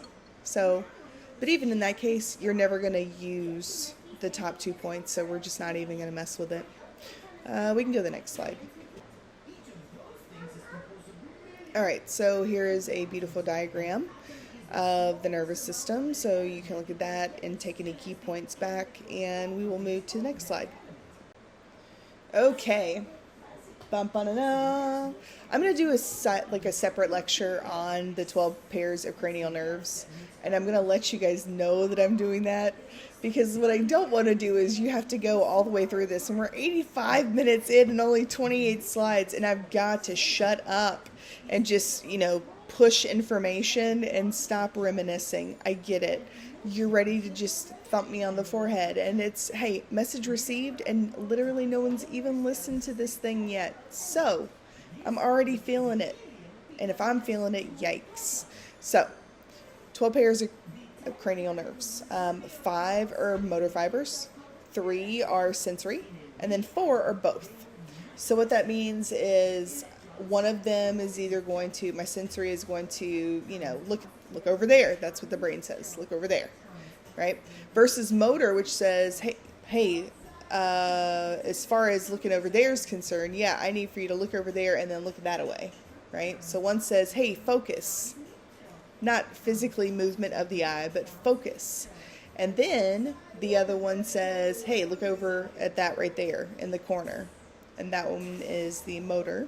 And then both would do both, basically at the same time, right? So that's the slide. Let's go to the next one. It's going to be okay, guys. This is going to be the part where I'm just going to be like, what if I were a student? It's okay. You got this. It's going to be a nice little walk through the Amazon forest. We have a paddle. I promise there is no waterfall at the end. It's going to be okay. Teaching you. So here's the deal. Me teaching you all that I'm about to teach you, because I know where we're going with this, because I see the next 3 slides, and we're about to go. We're about to learn how to swim real quick. Okay? I'm not going to throw you in. I have someone who believes that you should just grab children at whatever random small age they are and throw them in. Just throw them in, right? Oh boy. So you just randomly throw them in and let them bob, I guess, is what you're supposed to do. Just let them bob around for a little bit. And then, where they get to the point where they can't make it, that's when they grab the child. And this theory is supposed to teach them survival instincts. And all it does is trigger the sympathetic nervous system and give them trauma. I just don't understand why people are the way they are, and it's okay. I'm trying not to laugh through this sentence, which is why my voice is so even more bizarre than it normally is. So I don't understand this, but I'm about to. I'm not throwing you and just letting you bob around like a cork. I'm gonna put the floaties on. All right, we're gonna walk down the little steps, because I'm not throwing you in a lake, right? Because there might be bugs and you might get cut. So we're not doing that. Or, there might be a moccasin in there. Who freaking knows? I'm not doing that, because that is nuts. And that's my family. So, yikes. So I'm gonna put little floaties on you and blow them up, and then we're gonna go down the steps of the pool, because that's safer, right? And we're going to just coast around in the shallow end for a second, because here's the foundation of all of everything that's about to happen in this world. So here we go. I would start your notes now. This is most important in neuro, is what we're about to get into. So we got spinal nerves. They come from the spinal cord. Perfect. Cervical nerves, 8 pairs. Yep. Do you need to know all these things? No, but you need to know cervical, you need to know thoracic, you need to know lumbar. We don't talk a lot about thoracic, and I'm finding that a lot of you newer students don't understand where the thoracic area is because you forget about thoracic. We talk about lumbar because we have to bend and touch our toes, right? We talk about sacral because of, sitting on our butts all day. We talk about cervical because of our head and that type of deal, but we forget thoracic, and it's kind of a big deal because the word thorax is in there, and that's kind of a big deal. That top area that we miss, it's so important because what's there? I guess it's the heart. Okay, fine. So we have to not forget about that buddy. He's a big buddy. So these are the pieces and parts. Now let's go to the next slide and let's do this because this is just a lot. And you're going to be trying to follow along by reading what's on the slide and then listening to me talk. And it's going to be so grossly different, the points that I'm going to get across, that you're going to get yourself confused. And I've already thought about it. And I'm doing it right now. Like I'm pretending to be a third person while I'm talking just at random while I'm watching and trying to read this. And I'm not happy with the level of effort it's taking me, which means we're not cool. So we're going to read it together. Spinal nerve pairs formed by union of efferent or motor ventral root and afferent or sensory dorsal root. All that sentence says is nerve pairs. The word pair means there's two of them, has twins. One is Tweedledee, aka efferent. That's the motor. Do you need to know that it's ventral? Not really. And then afferent or sensory, and that's Tweedledum, and they are the dorsal root. That is all that means.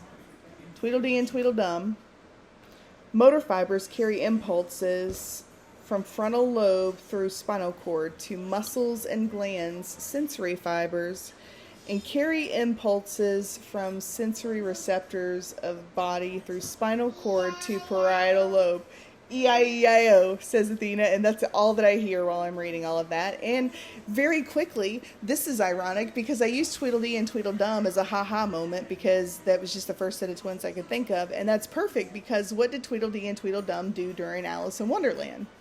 They were constantly causing commotion, and in their commotion that they cause around them as they're headed to the Queen's castle, they create side moments of other people having some type of disruption, so then they have to fire off and take care of whatever that's caused on their end.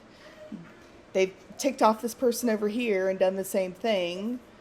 They're directly trying to, stop Alice at any given moment, right? Like all randomness is happening around them, right? So this is kind of perfect because this is what motor fiber impulses do. It basically just sends the signals through the various pieces and parts. That's all that says, okay? And then each pair of spinal nerves and its corresponding part of the spinal cord make up a spinal segment and innervate specific body segments. So basically all that means is there's a networking system. I'm carrying this to this person who carries it to that person who takes it to the FedEx shop, who sends it over here, and that's how it gets to California. That's all that means. Don't let it fool you because there's big words. Nerds love to see who knows the biggest word. Nerds love to know who has the best vocabulary. This kills me about nerds because I am a nerd, and as a nerd, I'm offended. I say nay. I say that the best nerds don't need to use their vocabulary.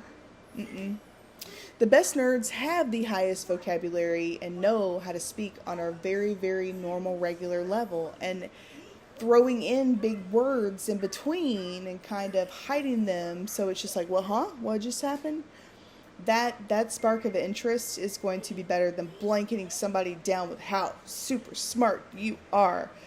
I would have given up on you the moment you got into minute 3.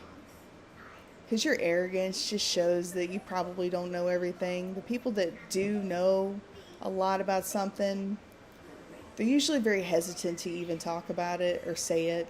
So, how about that, nerds? Get it together. Next slide.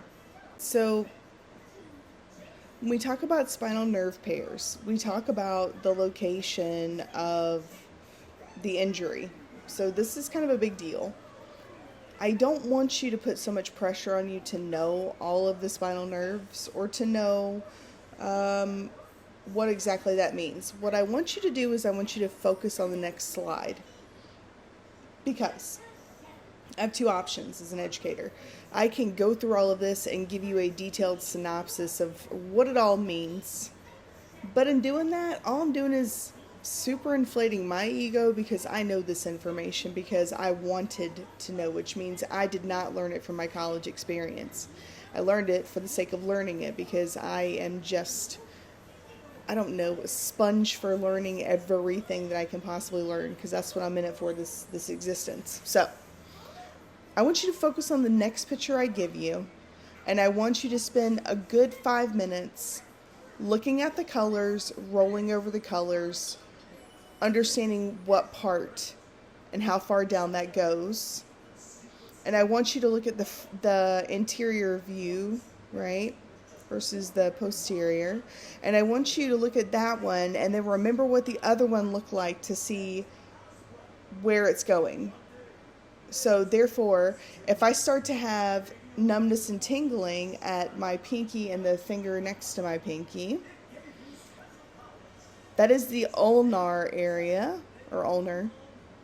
And this is the area in the front. And in the back, this is more of a thoracic area and thoracic location. So sometimes that could mean that that is where the compression's coming from. So I know that I have a smaller window to worry about at that point versus worried about the entire spine. So let me show you the next slide and it'll make more sense. All right, so I'm going to get my pointer out. All right, pointer is out. So here's the deal. People who have numbness and tingling in these toes have problems from here to here. Sciatica, I'm sure you've heard of it before. The pain usually is right in here or right in here, based off of a pinch of a nerve or a small compression right here. So what you have to do is you have to do massage therapy. I've known people who have taken medication for years and years and years, like narcotics for pain management, but it never fixes the problem. It just makes them need more pain medication. So what we do is we massage this area, and then we do slight mechanical transitions and good exercises, and this compression either moves back where it needs to move, or those nerve endings chill out, or whatever happens. It's a lot of things. And then all of a sudden you can feel your toes again. And feel, no pain back here in the back of your legs, or no pain in this area or in this area, right? So that's kind of how that works. Let's go to the next slide. All right, 97 minutes into this, and we're only at slide 33. I've got to do something about this. It's driving me nuts, and I'm just the one recording it, not listening to it. God, I can only imagine you're listening to my voice for a ridiculously long amount of time. It's got to be terrible, or it would make it easy to go to sleep, I would suppose. Okay, so let me try to blow through these. So deep tendon reflexes are important because they stimulate motor movement. How about that? Let's just keep it just like that, because beyond all of these little pieces and parts, it's not going to be a conversation or even a topic of conversation forever. So let's just move to the next slide. All right, so a big picture, what does it all mean? It means that this is the spinal cord, and it means that these things that look like a pair of arms are your posterior and anterior spinal nerve roots. And what does that mean? What that means is there are sensory receptors that are sent through the pipeline that says, hey, this hurts, or hey, this is too cold, or hey, we're happy with this temperature, whatever that looks like. And I appreciate the fact that they look like a pair of arms that are extending out and feeling their way through things, because we do that too. Think about it. So when we think about spinal ganglion, when we think about the spinal nerve roots, It's like a pair of arms that are sensing if something's too hot or too cold, right? Is this clammy? What does that mean? Send that signal, check my brain, read the library very quickly. Let me know what I know about cold and clammy hands because I'm in nursing school. Oh crap, what does that mean? I don't know. Let me go check the database system. All right, database system says da-da-da, tell so-and-so. And then it goes back to the pipeline and then message received. It's a very complex system and we do it effortlessly. It's pretty amazing. This is why I love the brain, because if we are such simple people, and I don't say simple people in the way that we're dumb, we're not. The way that we think is very simple on a day-to-day, right? And we can blame things like trash TV for things like that, right? Or, you know, the way we perceive work or the way we perceive, you know, release and communication of information. A lot of things can be debated, but the fact of the matter is the way that we think, not all, but most, think on a very basic, simple level because that's just what's necessitated, right? But when you really get to thinking about it, it is the most ridiculously complex system to be able to just move one thumb. And yet, we are capable of something so magnanimous that we don't even really know what that means exactly. And yet we choose to think on a basic level. So I challenge you to 5 minutes a day, thinking the most bizarre things that you could ever think in your life, and then think if that thing that you're thinking could actually be thinkable in our world. And this will start the gas that creates the ignition with the fire that becomes the desire to want to continue to learn for the rest of your life and realize what is really out there. And it gets a little spooky dooky, but it's fun and it's fair because we have all of that potential and all we concern ourselves with is, oh my God, she was wearing white shoes. Not cool, man. It's after Labor Day. If that's still a thing, I don't know. But you know what I mean. Like, we shame each other all the time. Why? For what reason? Sheesh. All right, next slide. I read the moment where I have to teach this, but hey guys, you already know this. So this is fantabulous. We already know about the autonomic nervous system. That is day one out the gate what I teach you. And why do I teach you that? First off, well, 2 reasons. A, it's super important to know it because if you know this little piece in part, you basically can predict what's going to happen to your body system of your patient based off of what symptom or system they're in. And then you can help retroactivate it by putting them in the opposite system. And it's far more complex, but basically that's the gist of it. So day one, I teach that because if you know that, then you know the basis of most of nursing.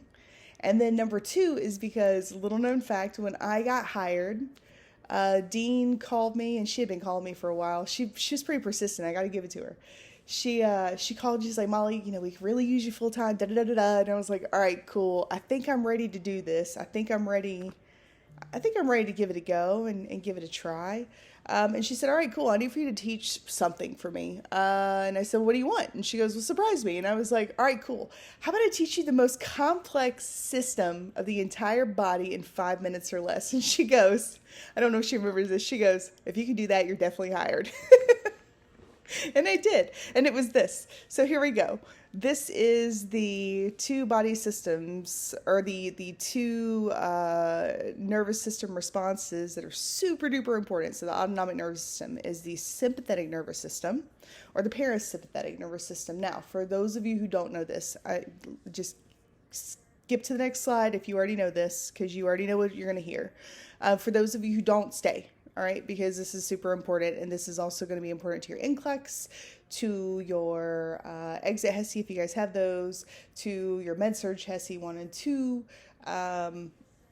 Honestly, you're going to need it for everyday life, right? Because this is just life. This gets hairy because you can kind of, when you know the information, you can kind of do what you need to do around you to get through your day.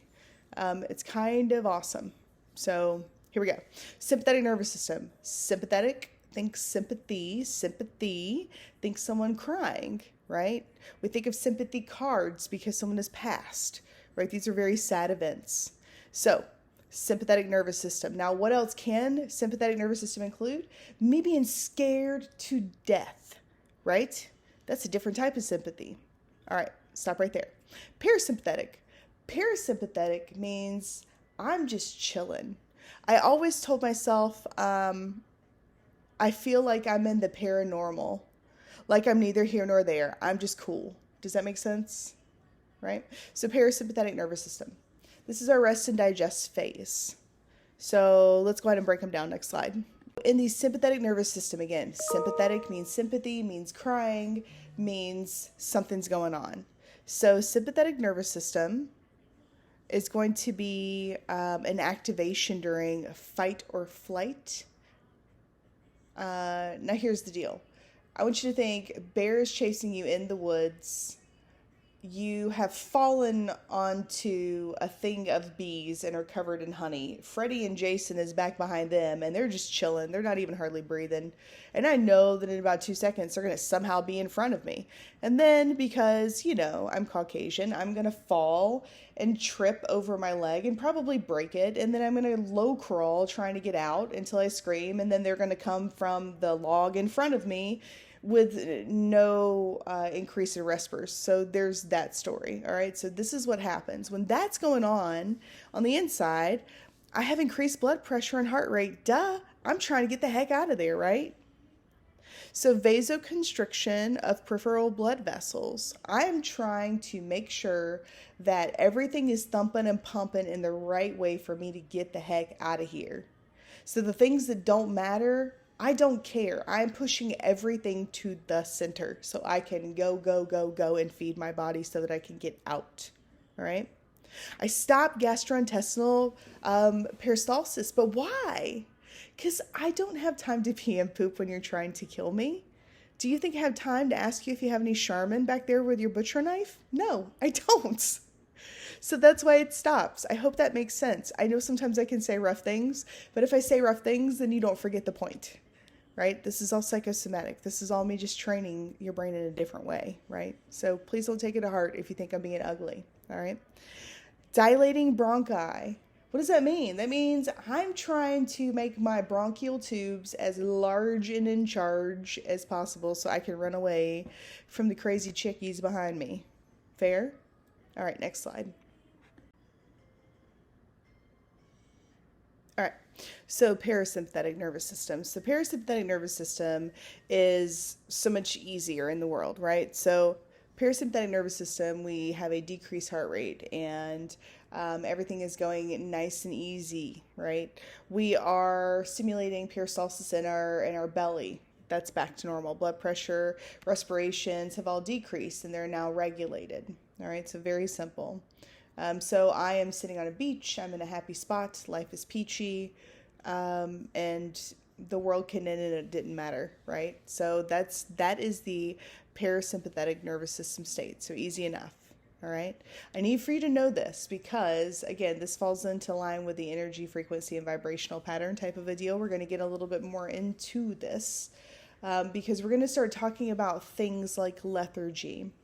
We're going to start talking about things like diaphoresis or things like irrational behaviors, right? Hyperactive. And then we're going to talk about palpitations and tachycardia. When we talk about these things, they come with their own type of vibration and frequency and energy. So when I think of the word itself, palpitation, sorry. I was thinking about two things at once. For me, and I don't know if you guys are able to do this, but I'm pretty sure you can because I've asked enough of my friends that were considered neurotypical, which I don't think neurotypical exists, but whatever. When I see a word, it has a color and it has shapes and they like move like an animation, right? And I've always seen it that way since I was a little kid. So like the word surprise, the eye like breaks out into glitter and it's like, ding, right? So when I see the word palpitations, I literally see the A and it's boom, boom, boom, boom, boom, boom, boom, boom, like a heart, right? So when I think of that word palpitations, the first thing that I see in blood red, by the way, is that A going goom, goom, goom, goom, goom, goom. So would that be considered to you high vibration or low vibration, high energy or low energy? But that's high because your heart's going stupid, all right? So we need to know these things because it's going to help us indicate what state we're in. So if I have going on with that A and the word palpitations, are you the person that's in sympathetic nervous system or parasympathetic? You're in sympathetic. So that's how this works. So anything that's low, like a lethargy, like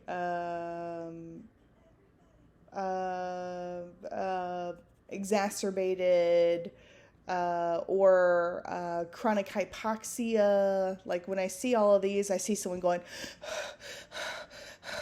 right? Like someone straining to get a good breath in. So those guys to me are very low energy.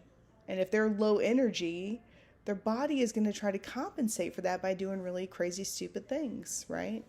So you got to think in terms of that, of what's the action, what's going to be the opposite reaction, what state is that going to be in, how do I put them in that opposite state, and what state is that? All right, next slide. So here's some very basic questions that we're going to ask. Have you noticed any changes in your ability to move around? Do you have any high blood pressure? Do you have a history of myasthenia? Ooh, I hate myasthenia so much. A history of MS, anything of that nature? Are you taking any medication? So we can just move to the next slide. All right, and again, we just have a bunch of questions related to the past medical history, which you can perfectly read. There's nothing that I need to point out specific to any of these things. I think they're pretty self-explanatory. So let's just move to the next slide. All right, so at first I was going to let this slide go, but let's talk about family history. So in your family, has anyone ever had a stroke, seizures, tumor in the brain or spinal cord? So tumor in the brain or spinal cord or seizures, those are both genetic propensities, and stroke likely is also, there's a major genetic proponent. However, there's also a very big environmental factor here that we don't talk about enough, I think. We try to do what we can in schools, but when people try to do good things in schools to give them nutritious food and things of that nature, it's because we're trying to stop an environmental trend that we've found in children that turns adults into these type of adults that have multiple strokes. And we see this in the baby boomers that are now, in the nursing homes because they're in their, 80s, 90s. 70s, sometimes upwards than above the 90s. So like these guys, we're watching and we're understanding psychology on a different type of level. We're understanding environmental narratives and sociology. We're finding that these trends start in childhood. So it's not like it's anybody's fault, right? Like nobody says, I want to be a mom. And while I'm being a mom, I want my kid to have morbid obesity. Yeah, that's what I want to do. No, it's not. Okay? Either they don't have the education, they don't have the resources, they have no idea that the two are tied together. Nobody inherently tries to do terrible things to good people as a general consensus. Now, are there deviations in that? Yeah, unfortunately, right? Like this is the rock that we live on. Some people, they really suck. But large in part, that's not the case. So we have to keep this into consideration and not judge people because they have something that is slightly out of your level of comfortability. I don't care what that looks like. I don't care, right? Your job as a nurse is to help educate them.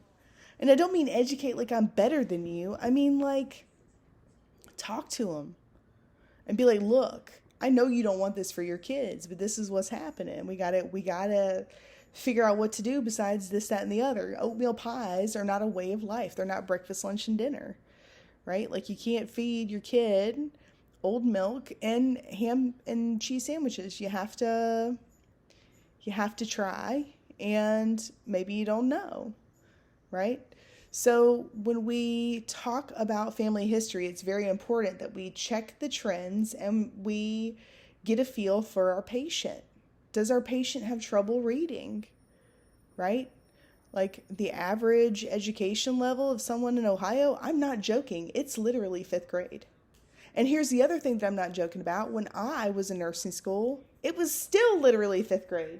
And I graduated I graduated college for the first time in 2014? Yeah, that was the first time I ever graduated college for anything. Yeah, 2014.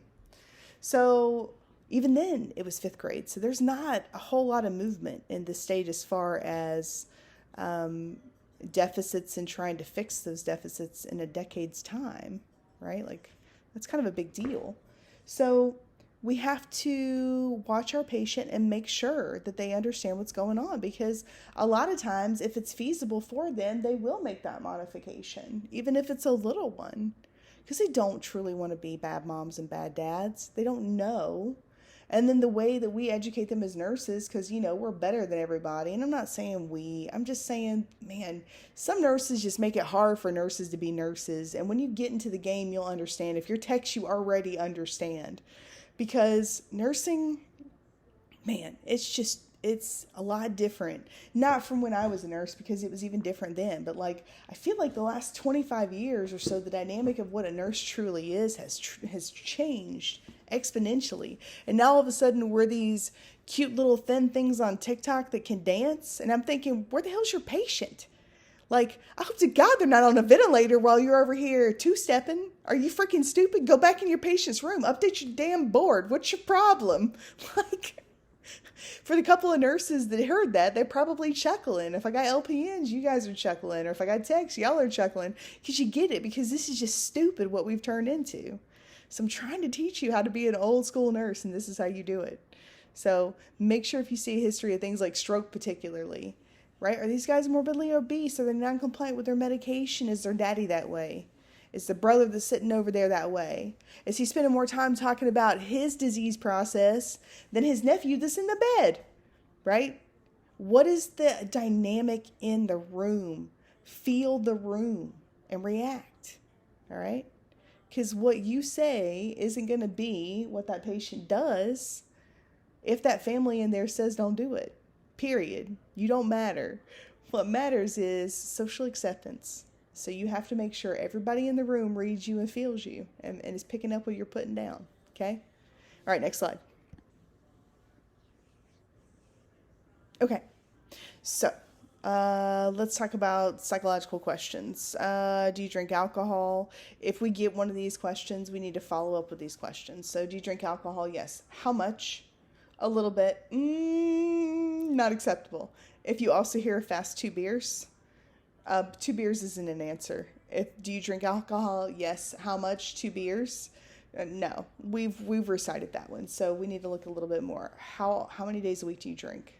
Okay, and then just reassure them and be like, look, it's totally cool. I was fortunate enough to have a father that had been in recovery for over 20 years.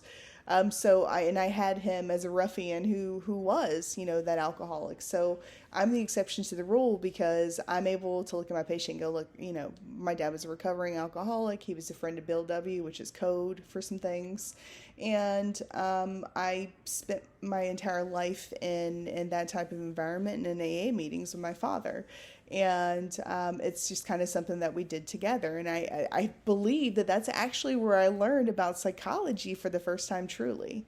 And I took great value in that, because I was allowed to see my dad so long as he was going to those meetings when I was with my mom. And that was like our party time. So every Saturday and Sunday, every other week from the time I was 14 until the time I graduated high school, very, very early, that's what I did. So I'll look at him and go, hey, listen, it's cool. It's something I'm familiar with. I've actually kind of dedicated a lot of my time in life to this, which is why I do neuro. Let me help you. So it's cool. Nothing you're going to tell me is going to bother me. Trust me.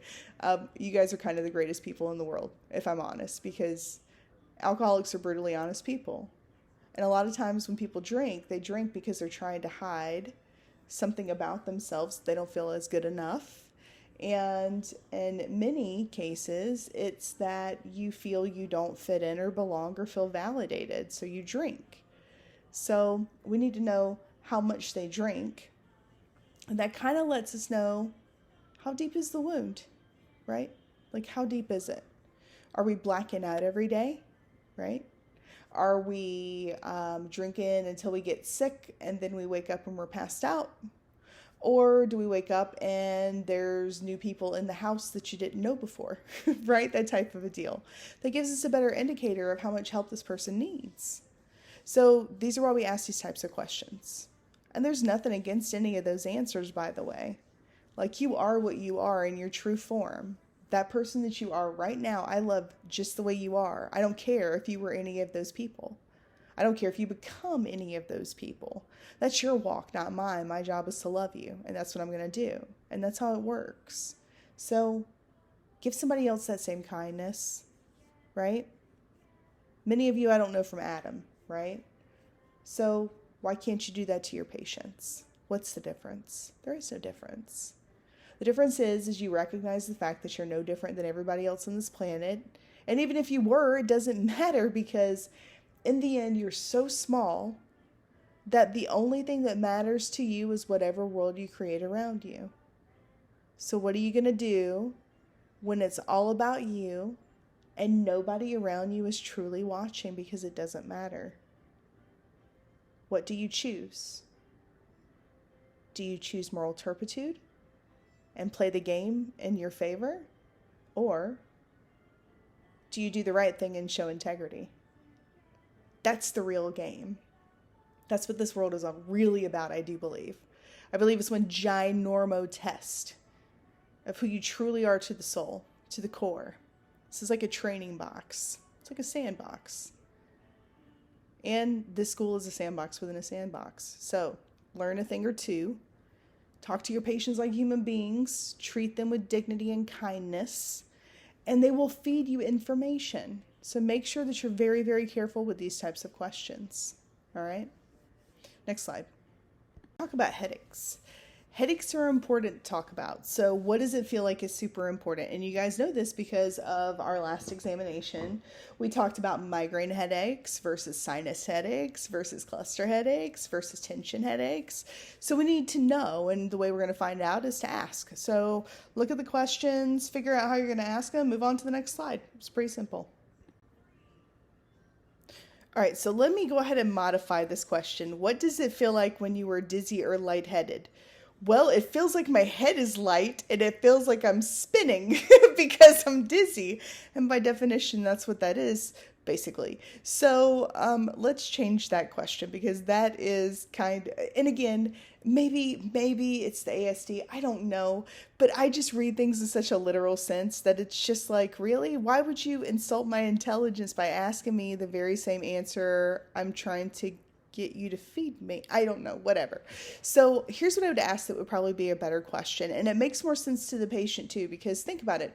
When you're dizzy and lightheaded, do you have the ability to articulate what it is that you're feeling around you specifically? I can attest the answer is not really, but you have to say something or they're going to keep asking and their voices hurt your head. Some of you know what that feels like. So the better question to ask is, okay, are you spinning or is the room spinning? And that makes a difference in the world, because that will let us know what your problem is. So this is the better question. If you ever have a neurologist and you ever have a patient with vertigo and you have like a referred neurologist in the hospital setting and he comes blanging through with his little nerd gun, which I call his little vibration knocker, right?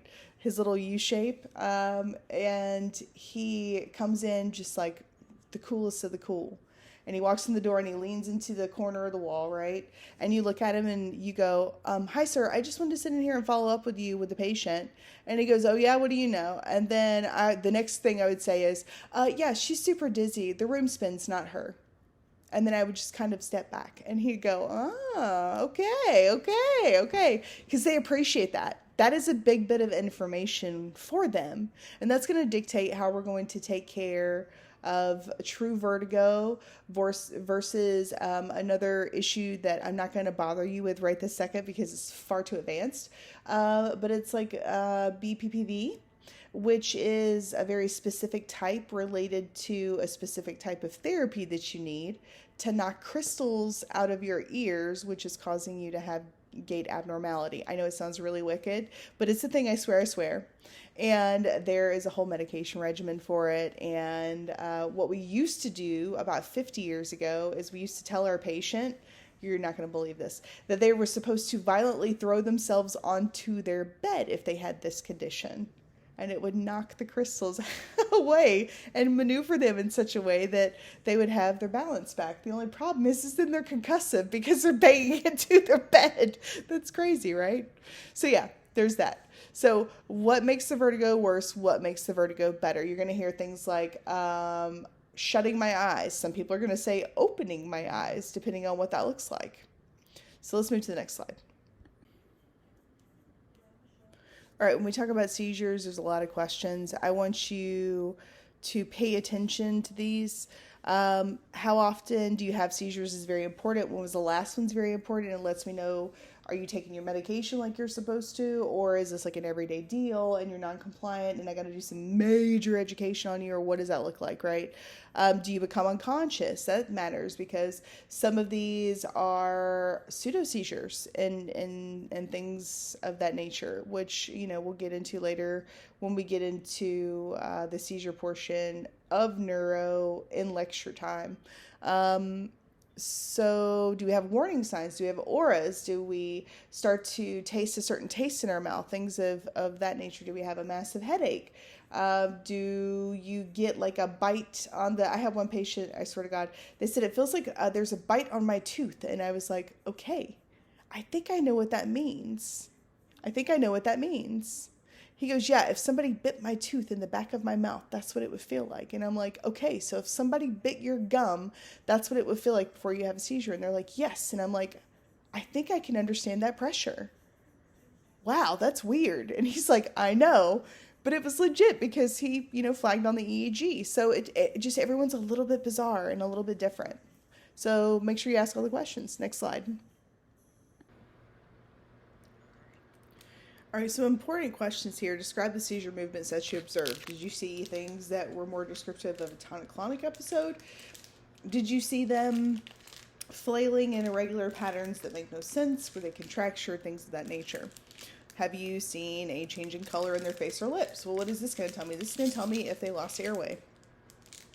That's kind of a big question. All right. Did they urinate or have a bowel movement during the seizure? Pretty normal for that to be a thing, right?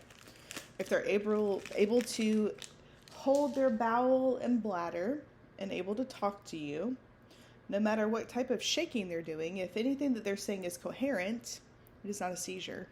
Sorry, it's not. That's when you get into things of the nature of pseudo seizures. So, did they lose consciousness? That's a big one too.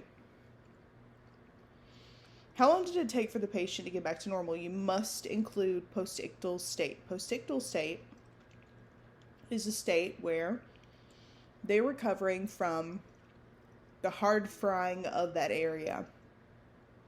So, oh, good. This is good. Okay, good.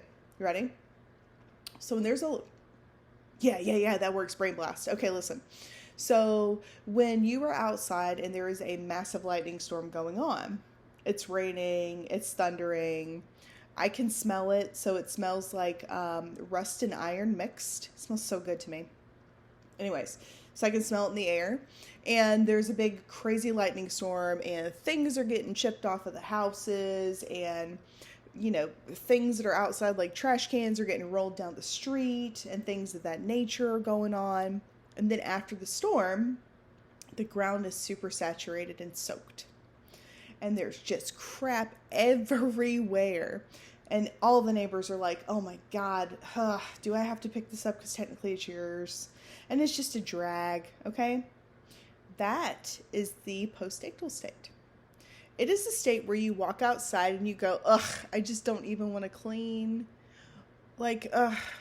Oh, and there's a dead raccoon out in the middle of the road. Somebody ran over one overnight. Are you freaking kidding me? This is what the brain is doing, basically. It is taking a moment to reboot and just survey the land and go, ah, crap, where do I start? Okay? That needs to be included. I hope you understand postictal now. Next slide. Alrighty, well, it looks like we have finished part one, which is a whopping 129 minutes. That's a lot. That's why I'm breaking it off into two. I think it's fair. I am going to rest and relax and get this put into the system so we have something to look at, and we will finish up when we get there. Cool. I love you guys and I'm proud of you as always, and keep on keeping on.